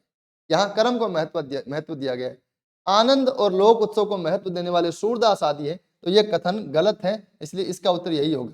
प्रबंध काव्य की प्रवृत्ति, प्रबंध काव्य की अधिकता है यहाँ पे, तो यह कथन भी सही है। अगला प्रश्न देखें, भ्रमर गीत परंपरा एक परंपरा है जो सूरदास ने स्थापित की थी, उसका कौन सा ग्रंथ नहीं है, तो सूर सागर में एक अंश आ जाता है, ये भी ठीक है ना। और भ्रमर गीत नंददास का लिखा हुआ है, भ्रमर दूत भी सत्यनारायण कविरत्न का लिखा हुआ है, कनुप्रिया धर्मवीर भारती का है, जो इस परंपरा का ग्रंथ नहीं है, ठीक है। निम्नलिखित सूफी रचनाओं का सही कालानुक्रम क्या होगा, तो ए उत्तर होगा। चंदायन, लखन सेन, पद्मावती कथा, मृगावती, मधुमालती, ऐसा प्रश्न आता है। क्रम के प्रश्नों के लिए मैं थोड़ी सी आपको बता दूं कि जब हम रीति काल तक की बात करें, है ना, तो रीति काल तक इस प्रकार से अलग अलग रचनाकारों की रचनाओं का क्रम पूछा जा सकता है, अलग अलग कवियों का क्रम पूछा जा सकता है। एक ही रचनाकार की रचनाओं का क्रम है वो आधुनिक काल में ज्यादातर पूछा जाता है, ठीक है। अपने कर्म कर ही हो निभाओगे तो हो ही करतार, करतार तुम काहे को। अगर हम अपने कर्मों का ही फल भोगेंगे तो तुम भगवान किस नाम के हो। ये कथन किसका है? सेनापति का। ये मुझे कहीं से मिला ना, मुझे रोचक लगा तो मैंने दे दिया। पेपर सेटर भी ऐसे ही करता है। पेपर सेटर काव्य पंक्तियां जब पूछता है तो बहुत बार वो ऐसे ही पूछता है, उसको ठीक लगता है कि यहाँ से ठीक है दे देते है ना, दे देता है। पेपर सेटर को ज्यादा यूं लगता नहीं है कि ऐसा महसूस नहीं होता कि बहुत ज्यादा परिश्रम वो करते होंगे। असंगत विकल्प का चयन कीजिए। महाराजा विश्वनाथ सिंह ने आनंद रघुनंदन नाम का एक नाटक लिखा, ठीक है। माधवदास चारण का जो रचना है वो है राम रासो, और रामायण महानाटक के रचयिता है वो प्राणचंद चौहान है। तो यही असंगत है, यही हमारा उत्तर है। नरहरिदास ने पौरुष रामायण लिखा और लालदास ने अवध विलास लिखा। भक्ति काल को बौद्ध धर्म की देन किसने माना? हजारी प्रसाद द्विवेदी ने माना। हमने पहले ही चर्चा की थी कि भक्ति काल के उदय में कई मत हैं। तो असल में हमने ये पहले चर्चा की है कि सिद्ध साहित्य मूल रूप से किस परंपरा में आता है? तो बौद्धों में आता है। बौद्धों की एक शाखा वज्रयान, जिसको हम सिद्ध साहित्य कहते हैं, इसी की परंपरा में आगे नाथ। तो बहुत से लोग और बहुत से आलोचक सिद्धों और नाथों दोनों के लिए बौद्ध शब्द का प्रयोग करते हैं। एक गौर करने की बात है, बहुत गहरी चीज है ना। हालांकि परीक्षा में प्रश्न इतने कंफ्यूजन वाले आते नहीं, लेकिन गौर करने की बात है कि सिद्धों और नाथों दोनों के लिए कोई कोई विद्वान बौद्ध शब्द का प्रयोग करता है कि दोनों ही बौद्ध है, क्योंकि सिद्धों से नाथ निकले, ये तो हम जानते हैं। लेकिन नाथ बौद्ध नहीं है, क्योंकि नाथ शैव है। आगे जाके वो शिव को अपना आदि गुरु मानते हैं, जो योगी है उनका आदि गुरु है ना।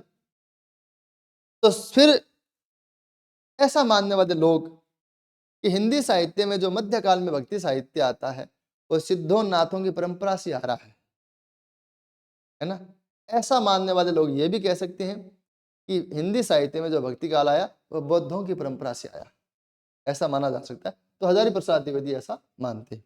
इनकी एक किताब है छोटी सी, हिंदी साहित्य का आदिकाल, जिसमें असल में 5 भाषण उन्होंने कहीं दिए थे। बिहार राष्ट्र भाषा परिषद के तत्वावधान में एक सम्मेलन हुआ था, उसमें उन्होंने भाषण दिए थे। उन भाषणों का संग्रह ये किताब हिंदी साहित्य का आदिकाल। तो वहां वो ये बात कहते हैं। क्रम देखिए, भक्ति काल के 4 प्रमुख कवियों का क्रम। सबसे पहले कबीर और अंत में तुलसीदास। कबीर, सूरदास, जायसी और तुलसीदास। रट्टा मारने वाली चीजें। निरंकुश अति निडर रसिक जस रसना गायो। नाभादास का यह कथन किससे संबंधित है? नाभादास ने किताब लिखी थी जिसका नाम है भक्तमाल। जैसे दीपक की माला होती है, फूलों की माला होती है, जैसे ये भक्तों की माला है। इसमें 200 भक्त कवियों के बारे में टिप्पणियां की गई है, पद्य में, है ना, और छपिया छंद में। मालिक परमात्मा ईश्वर अल्लाह। निरंकुश अति निडर रसिक जस रसना गायो, ये किसके लिए कही? नाभादास ने बहुत सारे कवियों के लिए कोई विशेष विशेष बातें कही, वो परीक्षा में पूछी जाती है। ये उन्होंने मीरा के लिए कही। निरंकुश, अति निडर, बिना किसी भय के, बिना किसी अंकुश के, नियंत्रण के। रसिक जस, रसिक भगवान कृष्ण, जस यानी यश, रसना अपनी जिह्वा से गायो, गाया। किसके लिए? मीरा के लिए। राम भक्ति शाखा में लोक वेद की रीतियों पर पूरा ध्यान दिया गया, जबकि कृष्ण भक्ति शाखा में लोक वेद का डर नहीं है। लोक वेद क्या है? तो वेद का मतलब है शास्त्र। ये एक इतना शब्द है, बड़े जो इतिहासकार आलोचक है उनकी बराबरी नहीं कर सकते हम। मैंने एक मेरे मित्र को सुना, उसने कहा कि आप मुझे हिंदी साहित्य का शुक्ल कह सकते हैं, आप मुझे आधुनिक शुक्ल कह सकते हैं, ऐसा उन्होंने मुझे कहा। तो मैं इतना कहना चाहता हूं कि उनका अध्ययन इतना व्यापक था। हम तो मतलब क्या, वर्तमान आलोचना में मुझे ऐसा कोई व्यक्ति दिखाई नहीं देता जो उनके अध्ययन की बराबरी कर सके।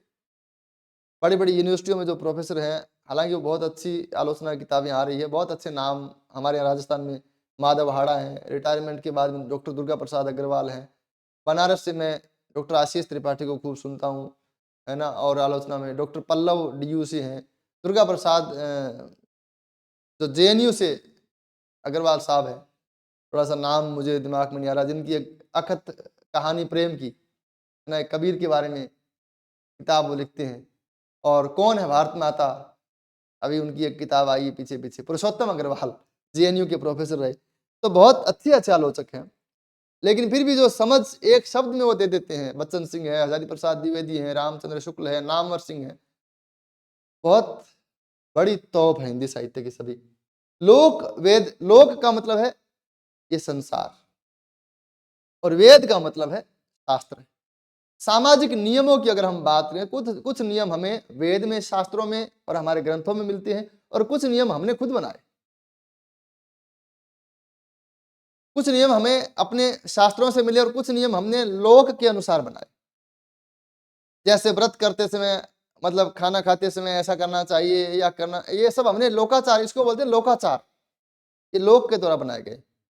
तो समाज को एक प्रकार से एनार्किस्ट होने से बचाने के लिए, अराजक होने से बचाने के लिए कुछ नियम सिद्धांत शास्त्रों से मिले और कुछ लोक से मिले, उसको कहते हैं लोक वेद का डर। ठीक है, राम भक्ति शाखा में लोक वेद की रीतियों पर पूरा ध्यान दिया गया। शास्त्रों में क्या लिखा है, संसार में क्या ठीक है, इस लौकिक संसार में क्या ठीक है, बुजुर्गों ने क्या ठीक माना, संसार में सियाने लोग वो क्या ठीक मानते हैं, इन सब चीजों का वहां पे ध्यान रखा गया। जबकि कृष्ण भक्ति शाखा में लोक वेद का डर नहीं है, ये बहुत बड़ी बात। कृष्ण भक्ति शाखा में लोक वेद का डर नहीं है, कृष्ण बंसी बजाते हैं और पूरे गांव की गोपियां इकट्ठी होकर वहां चली जाती है। मैं तो ये कहता हूं कि अभी वर्तमान में ऐसा कोई हो, गांव में बांसुरी बजाए, गांव की सारी महिलाएं जो विवाहित है, गांव की सारी बहुएं वहां इकट्ठी हो जाए उगाड़ में और वहां चली जाए, तो इन महिलाओं के साथ क्या हो? पहली बात, उस बंसी बजाने वाले के साथ क्या हो, ये भी सोचने की बात, चाहे वो कितने बड़ा हो क्यों ना हो, चाहे कुछ भी क्यों ना हो, है ना। तो एक प्रकार से उन्मुक्त समाज है सूरदास के यहाँ जो समाज है वो उन्मुक्त समाज है। इसलिए इसमें लिखा है कि कृष्ण भक्ति शाखा में लोक वेद का डर नहीं। इसके मतलब क्या है, इसके मायने क्या है, ऐसा प्रश्न पूरे पेपर में एक कभी कभी आता है।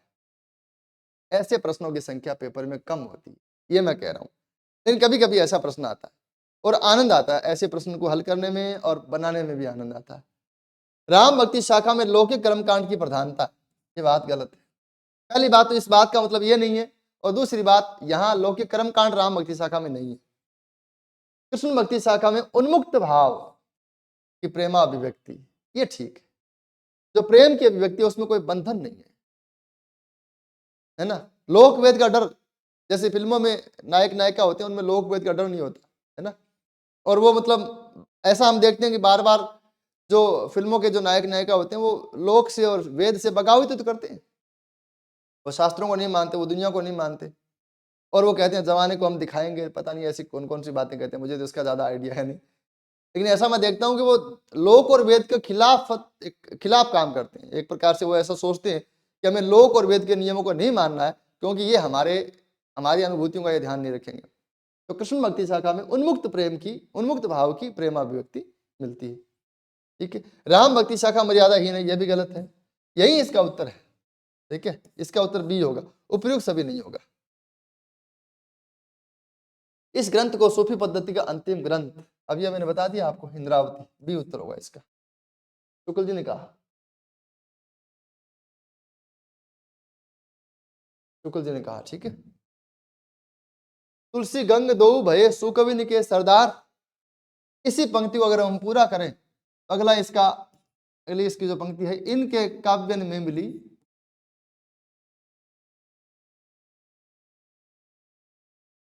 इनके काव्यन में मिली भाषा विविध प्रकार।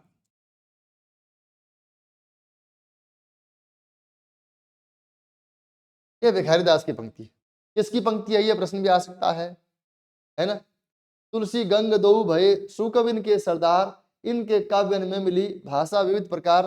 तुलसी और गंग सुकवियों के सरदार हैं, क्योंकि इनके काव्य में अनेक प्रकार की भाषाएं मिलती है।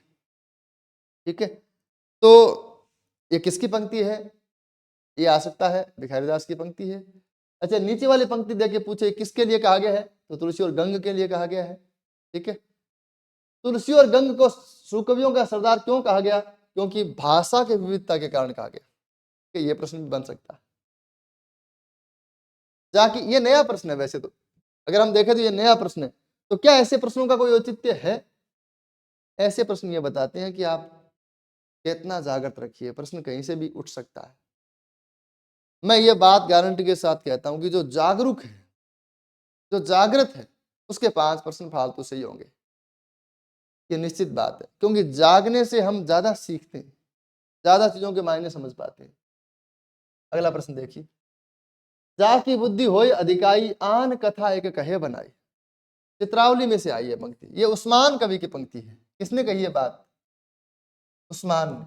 उस्मान ने कहा जिसकी बुद्धि अधिक हो मेरे से, आन, आन का मतलब है अन्य, कथा यानी कहानी, एक यानी एक है, कहे बनाई, बना के बताओ। अगर किसी की मेरे से अधिक बुद्धि है, मेरे से ज्यादा दिमाग किसी में है, तो ऐसी कथा दूसरी बना के दिखाओ जैसी मैंने बना दी। भारत में ऐसी परंपरा रही नहीं। देखो आपको याद होगा, स्वयंभू कहते हैं कि मेरे जैसा कुकवि कोई नहीं होगा, जबकि बहुत महान कवि है। मतलब बड़े महान कवि कहते हैं कि मेरे जैसा कुकवि कोई क्या होगा, इनमें बहुत ही खराब कवि। ठीक है। और तुलसी कहते हैं कवित विवेक एक नहीं मोरे, मेरा एक भी कवि ठीक ठाक नहीं है, मतलब बढ़िया नहीं है, अच्छा नहीं है, उचित नहीं है। कवित विवेक एक नहीं मोरे, मेरे किसी भी कविता में विवेक का प्रयोग मैंने नहीं किया है। इतने महान कवि अपने आप को इतना हीन समझते हैं, इसका मतलब उनकी विनम्रता है। घनानंद कहते हैं लोगी है लागी कवित बनावत, मोहि तो मेरे कवित बनावत। लोग कविता बनाते हैं, मुझे तो मेरी कविता बनाती है, मेरी क्या औकात कि मैं कविता को बनाऊं, कविता मुझे बनाती है। और ऐसे में ये कवि कह रहे हैं कि जिसकी मेरे से ज्यादा बुद्धि हो तो ऐसी को कथा बना के दिखाओ, है ना। आ सकता है परीक्षा में प्रश्न, रहीम की रचनाओं के संबंध में सुमेलित नहीं है, ये ऐसा प्रश्न है जो आपको अधिक से अधिक जानकारी देगा। ठीक है। दोहावली ब्रज भाषा में रचना और नीति परक दोहों का संकलन है। बरवे नायिका भेद है, वो नायिका भेद से संबंधित ग्रंथ है। बदनाष्टक ब्रज भाषा में रचित है। श्रृंगार रस की रचना है। श्रृंगार रस की रचना ये तो ठीक बात है, लेकिन यह तत्सम प्रधान खड़ी बोली में रचना है, खड़ी नहीं है ये, खड़ी। इसका उत्तर मैं साथ लिख के ले आया, कुछ प्रश्नों के उत्तर मुझे दिमाग में नहीं रहते, है ना। तो भाषा आदि यानी इसका सी उत्तर होगा। मदनाष्टक ब्रज भाषा में रचित नहीं है, खड़ी बोली का ग्रंथ है। ठीक है। बाकी जो सारी जानकारी एकदम सही है। प्रेमाख्यान काव्य परंपरा को रोमांसिक कथा काव्य परंपरा नाम देने वाले आलोचक कौन है? गणपति चंद्रगुप्त। गणपति चंद्रगुप्त कहते हैं इसमें भक्ति आदि का भाव नहीं, इसमें रोमांस है। रोमांस प्रेम से भिन्न कैसे है? रोमांस का मतलब एक प्रकार से किशोरावस्था का ऐसा प्रेम जिसमें एडवेंचर है, जिसमें साहस है। आप देखेंगे कि ये जो प्रेमाख्यान लिखने वाले हैं, प्रेमाख्यान के जो नायक है राजकुमार, जो मैंने अभी बताया कि जैसे उनको नायिका से प्रेम होता है, वो योगी के भेष में निकलते हैं 7 समुद्र और 7 बियाबान को पार करते हुए, और पता नहीं किस किन मतलब बीहड़ चीजों को पार करते हुए, जंगलियों को जानवरों से लड़ते हुए, बीच में 2-4 राक्षस भी निपटा देते हैं, बीच में 2-4 नायिका का उद्धार करके उनके साथ विवाह कर लेते हैं, बड़े एडवेंचर के साथ नायिका तक पहुंचते हैं। तो ये ऐसा प्रेम नहीं है कि पड़े पड़े प्रेम ना, जैसे सूरदास के लिए कहा जाता है सॉरी कि इनका जो विरह है वो खाली बैठे काम सा दिखाई देता है ना। सूरदास का विरह, गोपियों का विरह कैसा है? खाली बैठे का काम है, कि और कोई काम नहीं है तो विरह ही करते हैं। इनके यहाँ प्रयत्न की बहुत अधिकता है, प्रेमाख्यानों में एफर्ट बहुत लगाते हैं। तो यहाँ रोमांस है, प्रेम है, साहस है, एडवेंचर है, इसीलिए इसको रोमांस कहा गया। ठीक है। और दूसरा कथा काव्य है, ये कथा काव्य, इन काव्यों में कथा है। कथा काव्य प्रबंध का एक प्रकार से नाम हो सकता है, तो ये नाम बहुत सटीक है। ठीक है। गणपति चंद्रगुप्त ने यह नाम दिया, रोमांसिक कथा काव्य परंपरा प्रेमाख्यानों को। 18वीं सदी तक आते आते संतों का क्रांतिकारी साहित्य, अच्छा 1 घंटा 19 मिनट हो गया, ओके। 18वीं सदी तक आते आते संतों का क्रांतिकारी साहित्य केवल निरर्थक रूढ़ियों एवं भाराक्रांत पदावली का भूल भुलैया रह जाता है। ये हजारी प्रसाद द्विवेदी का कथन है, वो आए नहीं इसमें, डी उत्तर होगा, कोई बात नहीं। देखो संतों के जो प्रवर्तक हैं वो कबीर है, निर्गुण मार्ग के और संत साहित्य के प्रवर्तक कबीर है। कबीर ने बड़ी मौलिक बातें कही, बड़ी नई बातें कही, लोगों के अंदर घर कर गई, बड़ा प्रभाव लोगों पर उसका पड़ा। लेकिन बाद के संतों ने उन बातों का केवल पृष्ठ पेषण किया, केवल दोहराव किया, वही बातें, वही जीव, वही माया, वही ब्रह्म, वही ईड़ा पिंगला नाड़ी, है ना, वही मतलब वही प्रतीक, वही उलट बांसी, लेकिन दम नहीं है उनमें, क्योंकि कॉपी कर रहे हैं वो कबीर की। तो संत साहित्य एक प्रकार से जो पतन को प्राप्त हुआ, संत साहित्य जो कमजोर होता गया, उसका कारण क्या है? क्योंकि 18वीं सदी तक आते आते संतों का जो क्रांतिकारी साहित्य है वो केवल निरर्थक, जिनका कोई अर्थ नहीं है, रूढ़ियां, रूढ़ियों का निर्वहन कर रहे हैं, वही शब्द जीव माया ब्रह्म आदि है ना, उसी का वहन वो कर रहे हैं। और भाराक्रांत पदावली, ऐसी पदावली जो भार से आक्रांत है, बोझिल है, टीकों के बोझ से, उलट बांसी के बोझ से, रहस्यवाद के बोझ से आक्रांत है वो पदावली, जिसका अर्थ कोई समझ नहीं सकता। हालांकि कबीर ने भी ये चैलेंज किया बार बार कि मेरी वाणी को कोई बिरला ही समझ सकता है, मेरी बात को कोई समझ नहीं सकता आम आदमी, ये बार बार चैलेंज करते हैं। संतों को इसमें आनंद आता है, मौज आती है उनको। वो एक पंक्ति फेंकते हैं और कहते हैं इसको पढ़ के बताना। तो अब कोई नहीं समझ पाता, वो हंसते हैं, अरे यार हमारी बात को तुम समझो क्या, तुम्हारी क्या औकात। क्योंकि मैंने पहले ही चर्चा की कि परंपरागत ज्ञान का साहित्य वो ब्राह्मणों के द्वारा लिखा गया। तो फोन बहुत आ रहे। परंपरागत ज्ञान का साहित्य वो ब्राह्मणों के द्वारा लिखा गया, और उन्होंने कभी भी मतलब ऐसे आम जन की बात नहीं की। ये जो लोग है वो कह रहे हम बताएंगे तुम्हें ज्ञान क्या है, पता नहीं क्या है ना,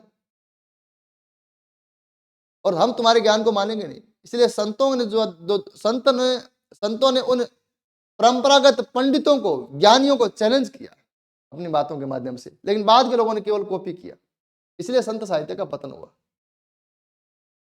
कबीर की उलट बांसियों में कौन सा रस है? अद्भुत रस, क्योंकि वह एक प्रकार का आश्चर्य होता है।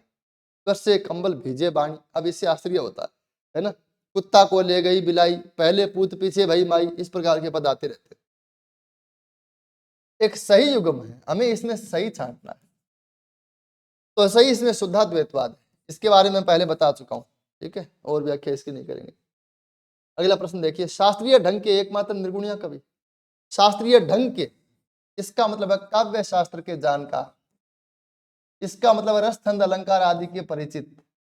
ऐसे कौन है जो निर्गुण थे? हमने पहले ही कह दिया कि निर्गुण लोगों ने काव्य शास्त्र की तरफ ध्यान नहीं दिया, लेकिन एक आदमी था जिसने ध्यान दिया, उसका नाम है सुंदरदास। उनकी भाषा अनगढ़ है। अनगढ़ का मतलब है जिनकी भाषा कोई तराशी नहीं गई हो, जिन्होंने प्रयास नहीं किया हो भाषा के लिए, पर यथार्थ से जुड़ी है, हकीकत और जमीन से और आम लोगों से और बिल्कुल पब्लिक से जुड़ी हुई भाषा है। अभिव्यक्ति क्षमता में बेमिसाल है, आम लोगों से जुड़ी होने के कारण वो लोगों पर ज्यादा असर करती है, ज्यादा मजबूती से वो अपनी बात कह पाते हैं। भाषा की है स्वाभाविकता, बिल्कुल बनावटीपन नहीं है, बिल्कुल कृत्रिमता नहीं है, ठीक है। ये बात हम समझ रहे हैं किसके लिए कही जा रही है? संतों के लिए कही जा रही है। आगे चलकर प्रेमचंद में ही मिलती है। कबीर के संबंध में कथन किसका है? बच्चन सिंह का है। रामचरितमानस की कोई चौपाई भले ही बिना उपमा के मिल जाए। तुलसी को अलंकारों को लेकर बड़ी प्रशंसा तुलसी की गई है। तो ये पंक्ति मुझे थोड़ी नई लगी। अयोध्या सिंह उपाध्याय की पंक्ति, वो कहते हैं कि रामचरितमानस की कोई चौपाई भले ही बिना उपमा की मिल जाए, किंतु उसका कोई पृष्ठ कठिनता से ऐसा मिलेगा जिसमें किसी सुंदर उपमा का प्रयोग न हो। और उपमाएं भी साधारण नहीं है, वे अमूल्य रत्न राशि है। तुलसी के अलंकार विधान के संबंध में यह कथन या टिप्पणी किसकी है? अयोध्या सिंह उपाध्याय हरियोद की। अगला प्रश्न देखिए, पद्मावत में 12 मासा शैली में नागमती का वियोग 30वें खंड में मिलता है। बहुत डेटा है, बहुत सीधा प्रश्न। आलवारों के संबंध में सत्य कथन नहीं है, यहाँ थोड़ी सी बात हो सकती है। इन्होंने अपना संदेश जन भाषा में आम जन तक पहुंचाया। हमारे यहाँ वैदिक धर्म जो है वो कौन सी भाषा में? संस्कृत में है, और एकदम कठिनतम संस्कृत में है। वैदिक संस्कृत लौकिक से और भी क्लिष्ट है, व्यवस्थाहीन है, ठीक है। लेकिन आलवारों ने अपना जो संदेश है वो तमिल भाषा में दिया, क्योंकि तमिल वहां की उस समय की लोकल लैंग्वेज थी, आज भी है। आलवार सगुण उपासक थे, क्योंकि आलवार वैष्णव थे और विष्णु के अवतारों की पूजा करते थे, इसलिए इनका प्रभाव हिंदी साहित्य की सगुण धारा पर ही पड़ा। ये बात ठीक है, ये हमने पहले भी देख ली। ये मूलतः वासुदेव उपासक अथवा कृष्ण उपासक थे, तथापि इसमें कुछ निर्गुण मार्गी भी थे। ये यहां तक कथन ठीक है, मूलतः वासुदेव उपासक कृष्ण उपासक थे, लेकिन इनमें कुछ राम भक्त भी थे। अगर ये बात ऐसे होती तो ठीक होती, लेकिन इन्होंने कह दिया कि निर्गुण मार्गी थे, तो यह कथन गलत है। आलवारों ने जाति पांति वर्णाश्रम व्यवस्था का पूर्ण रूप से खंडन किया। ये पूर्णतः सही नहीं है बात। वैदिक धर्म में कट्टरता थी, जाति पाति को लेकर, छुआछूत को लेकर बहुत ज्यादा कट्टरता थी। आलवारों ने क्या किया, एक तेन कले नाम की परंपरा शुरू की। और मुझे जहां तक समझ आती है बात, पूर्ण रूप से मैं नहीं समझ पाता इस बात को, लेकिन मुझे जहां तक समझ में आती है, उन्होंने ये कहा कि पूजा पाठ सभी लोग कर सकते हैं, मंदिर में साथ बैठ के कर लेंगे, कोई दिक्कत नहीं है, लेकिन साथ बैठ के खाना नहीं खाएंगे। इसका मतलब है कि धार्मिक स्तर पर भेदभाव समाप्त और सामाजिक स्तर पर भेद अभी भी था। ये मध्यम मार्ग कहा जा सकता है, क्योंकि वैदिक में तो फिर वो भेदभाव धार्मिक स्तर पर भी है, पूजा पाठ, शूद्र को मंदिरों में जाने की भी इजाजत नहीं है। इन्होंने इसको तोड़ा, इसलिए रामानंद है वो ऐसा कह सकते हैं कि हिंदी पट्टी में भक्ति मार्ग वो सबके लिए खोल देने वाले मध्य देश में कौन थे, रामानंद थे, ऐसा शुक्ल जी कहते। तो हम ये कह सकते हैं कि ये बात जो कही जा रही है कि आलवारों ने जाति पाति वर्णाश्रम व्यवस्था का पूर्ण रूप से खंडन किया, ये बात गलत है। पूर्ण रूप से खंडन इन्होंने नहीं किया, हालांकि उसमें थोड़ी सी ढील उन्होंने दी, एक मध्य मार्ग उन्होंने अपनाया, तो ये कथन भी गलत है। छांटना क्या है, गलत। तो कौन कौन से कथन गलत हैं, 3 और 4 गलत है। तो ए उत्तर होगा। अगर कहीं एप्लीकेशन में मतलब कोई भिन्न उत्तर हो तो आप यहां से उसको ठीक भी कर सकते हैं। और मैं आपको बार बार कहता हूं कि आपको एक दिन का मौका मिलता है, अगर कोई आपत्ति हो तो आप उसको मुझे जरूर बताएं, मैसेज करें। कृष्ण भक्ति काव्य धारा में वल्लभ संप्रदाय के संबंध में गलत क्या है, असंगत का मतलब गलत छांटना है, ठीक है। यह कृष्ण भक्ति को सांगठनिक रूप देने वाला संप्रदाय रहा, यानी एक संगठन बना, बाकायदा मंदिर बना, बाकायदा कवियों की पोस्टिंग हुई, है ना, ये बात ठीक है। इसकी और भी व्याख्या हो सकती थी। वर्तमान में राजस्थान में वल्लभ संप्रदाय का प्रमुख केंद्र सिहाड़ा नाथ द्वारा में ये तो डेटा है, ठीक बात है। परमानंद दास ने वल्लभ संप्रदाय के श्रीनाथ मंदिर को विलासिता का केंद्र बना दिया, यह बात गलत है, क्योंकि ऐसा करने वाले कृष्णदास थे, और यही इसका उत्तर है। विलासिता का केंद्र बना देने का मतलब क्या है, कृष्णदास ने जो नाथ द्वारा का जो मंदिर है, श्रीनाथ जी का मंदिर है, उसमें श्रीनाथ जी के मंदिर में भोग और विलास के ऐसे ऐसे प्रबंध रचे। ऐसा कहा जाता है कि बाहर से वो नर्तकियां भी बुलाते थे, कभी आप श्रीनाथ जी का नृत्य देखने का मन है तो बाहर से नर्तकी बुलाते थे। ऐसा भी कहा जाता है कि सूरदास को साहित्य लहरी लिखने पर इन्होंने मजबूर किया, ठीक है। इस संप्रदाय में सूरदास आदि कवियों को कीर्तन के लिए नियुक्त किया गया, ये बात ठीक है, तो इसका सी उत्तर होगा। अगला प्रश्न देखिए, तदुगड़ी भाषा से क्या आशय है, इसमें अनेक प्रांतीय भाषाओं और बोलियों के शब्दों का मिश्रण हो, ठीक है। बाकी ऑप्शन में विकल्प नहीं देखे। राम भक्तों में नाभादास के अतिरिक्त रामानंद को किसी ने भी याद नहीं किया। ये बड़ी एक अजीब बात है कि राम भक्तों में नाभादास के अलावा रामानंद को किसी ने याद नहीं किया, जबकि कबीर रामानंद को याद करते, रामानंद के मार्ग में नहीं चले फिर भी कबीर रामानंद को याद करते। तो बच्चन सिंह का यह कथन है, वो कहते तुलसीदास ने भी याद नहीं किया, यह कथन बच्चन सिंह का। अगला प्रश्न देखें, कबीर के बीजक पर रची गई त्रिज्या टीका के रचनाकार कौन है, तो पूरणदास। 2 टीकाएं कबीर के बीजक की बहुत महत्वपूर्ण है, एक है पंचग्रंथी बीजक जो राम रहेश ने लिखी, ठीक है, और एक है त्रिज्या टीका जो पूरणदास ने लिखी, ये दोनों थोड़ा सा इसका ध्यान रखें। निम्न में से कौन सा कवि राधा वल्लभ संप्रदाय से संबंधित नहीं है, तो सूरदास मदन मोहन, ये चैतन्य संप्रदाय से। कभी कभी ऐसा कोई प्रश्न आए तो आए, बाकी ये मुश्किल से पूछा जाने वाला प्रश्न है।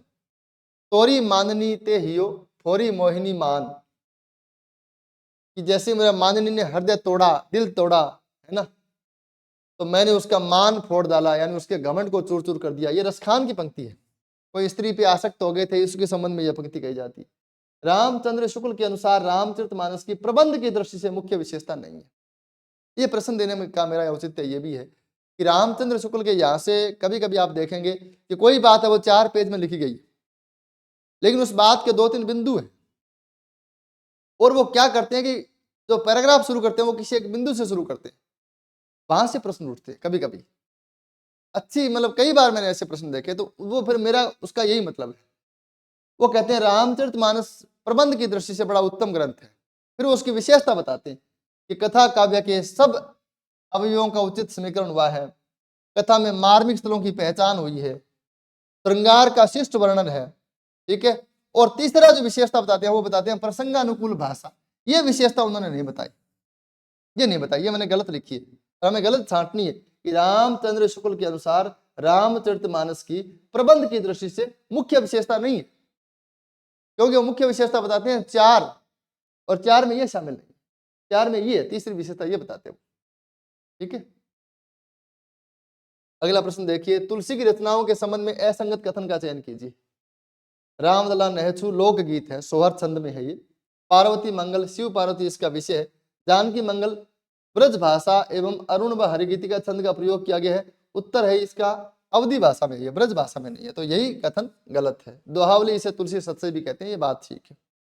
इन रचनाओं के बारे में और भी बातें हो सकती है, लेकिन वैसे ही 1.5 घंटे तक चला जा रहा है। ज्ञानाश्रय निर्गुण काव्य का दार्शनिक आधार अद्वैतवाद है। शंकराचार्य ने दिया, अद्वैत में ए का मतलब है नहीं, द्वैत का मतलब है दो, इसका मतलब है दो नहीं है, दो नहीं है तो इसका मतलब क्या है, एक है। कौन? आत्मा और परमात्मा। आत्मा परमात्मा एक ही है, ये अद्वैतवाद कहता है और यही ज्ञानाश्रय निर्गुण काव्य कहता है। ठीक है, संत काव्य कहते हैं। इसमें कोई संदेह नहीं कि कबीर ने ठीक मौके पर जनता के उस बड़े भाग को संभाला, इसकी चर्चा हम पहले कर चुके हैं। इसमें कोई संदेह नहीं, इस प्रकार की बात भी रामचंद्र शुक्ल कहते हैं। जैसा कि हम कह आए हैं, यह बात भी रामचंद्र शुक्ल कहते हैं। पहले पहल इस प्रकार के शब्दों का भी प्रयोग रामचंद्र शुक्ल करते हैं। ये सब जुगाड़ है शुक्ल जी के कथन को पहचानने के लिए। जुगाड़ जरूरी नहीं हो हर समय काम ही करे। कल को मुझे आप कहें गुरुजी आपने बताया था, है ना, मैं भी कोई सर्वा नहीं हूँ, मैं भी एक विद्यार्थी हूँ, सीखता ही रहता हूँ आपकी तरह। इसमें कोई संदेह नहीं कि कबीर ने ठीक मौके पर जनता के उस बड़े भाग को संभाला जो नाथ पंथियों के प्रभाव से, प्रेम भाव से शुष्क पड़ता जा रहा था, प्रेम भाव से दूर होकर शुष्क पड़ता जा रहा था। यह कथन किसका है? रामचंद्र शुक्ल। अब अगर उस वो बात आपको समझ में आई होगी मैंने जो पढ़ाई थी, तो ये कथन छांटने में आपको 1 मिनट भी नहीं लगेगा, है ना। झूठो है झूठो सदा जग संत कहत जे अंत लहा है। इसकी अगली पंक्ति है कि जान पने को गुमान बड़ो तुलसी के विचार गंवार महा है। ये कबीर के लिए कहा था ऐसा लगता है, और यह पंक्ति तुलसीदास की। ठीक है, झूठो है झूठो सदा जग संत कहत जे अंत लहा है। जान पने को गुमान बड़ो तुलसी के विचार गंवार महा है। ये नेट की परीक्षा में प्रश्न भी आया था, तो तुलसीदास की पंक्ति है। मुझे लगता है कि आज की कक्षा में इतना काफी है और अगले 50 प्रश्नों पर फिर कभी बात करेंगे। आज इतना ही, बहुत बहुत आभार।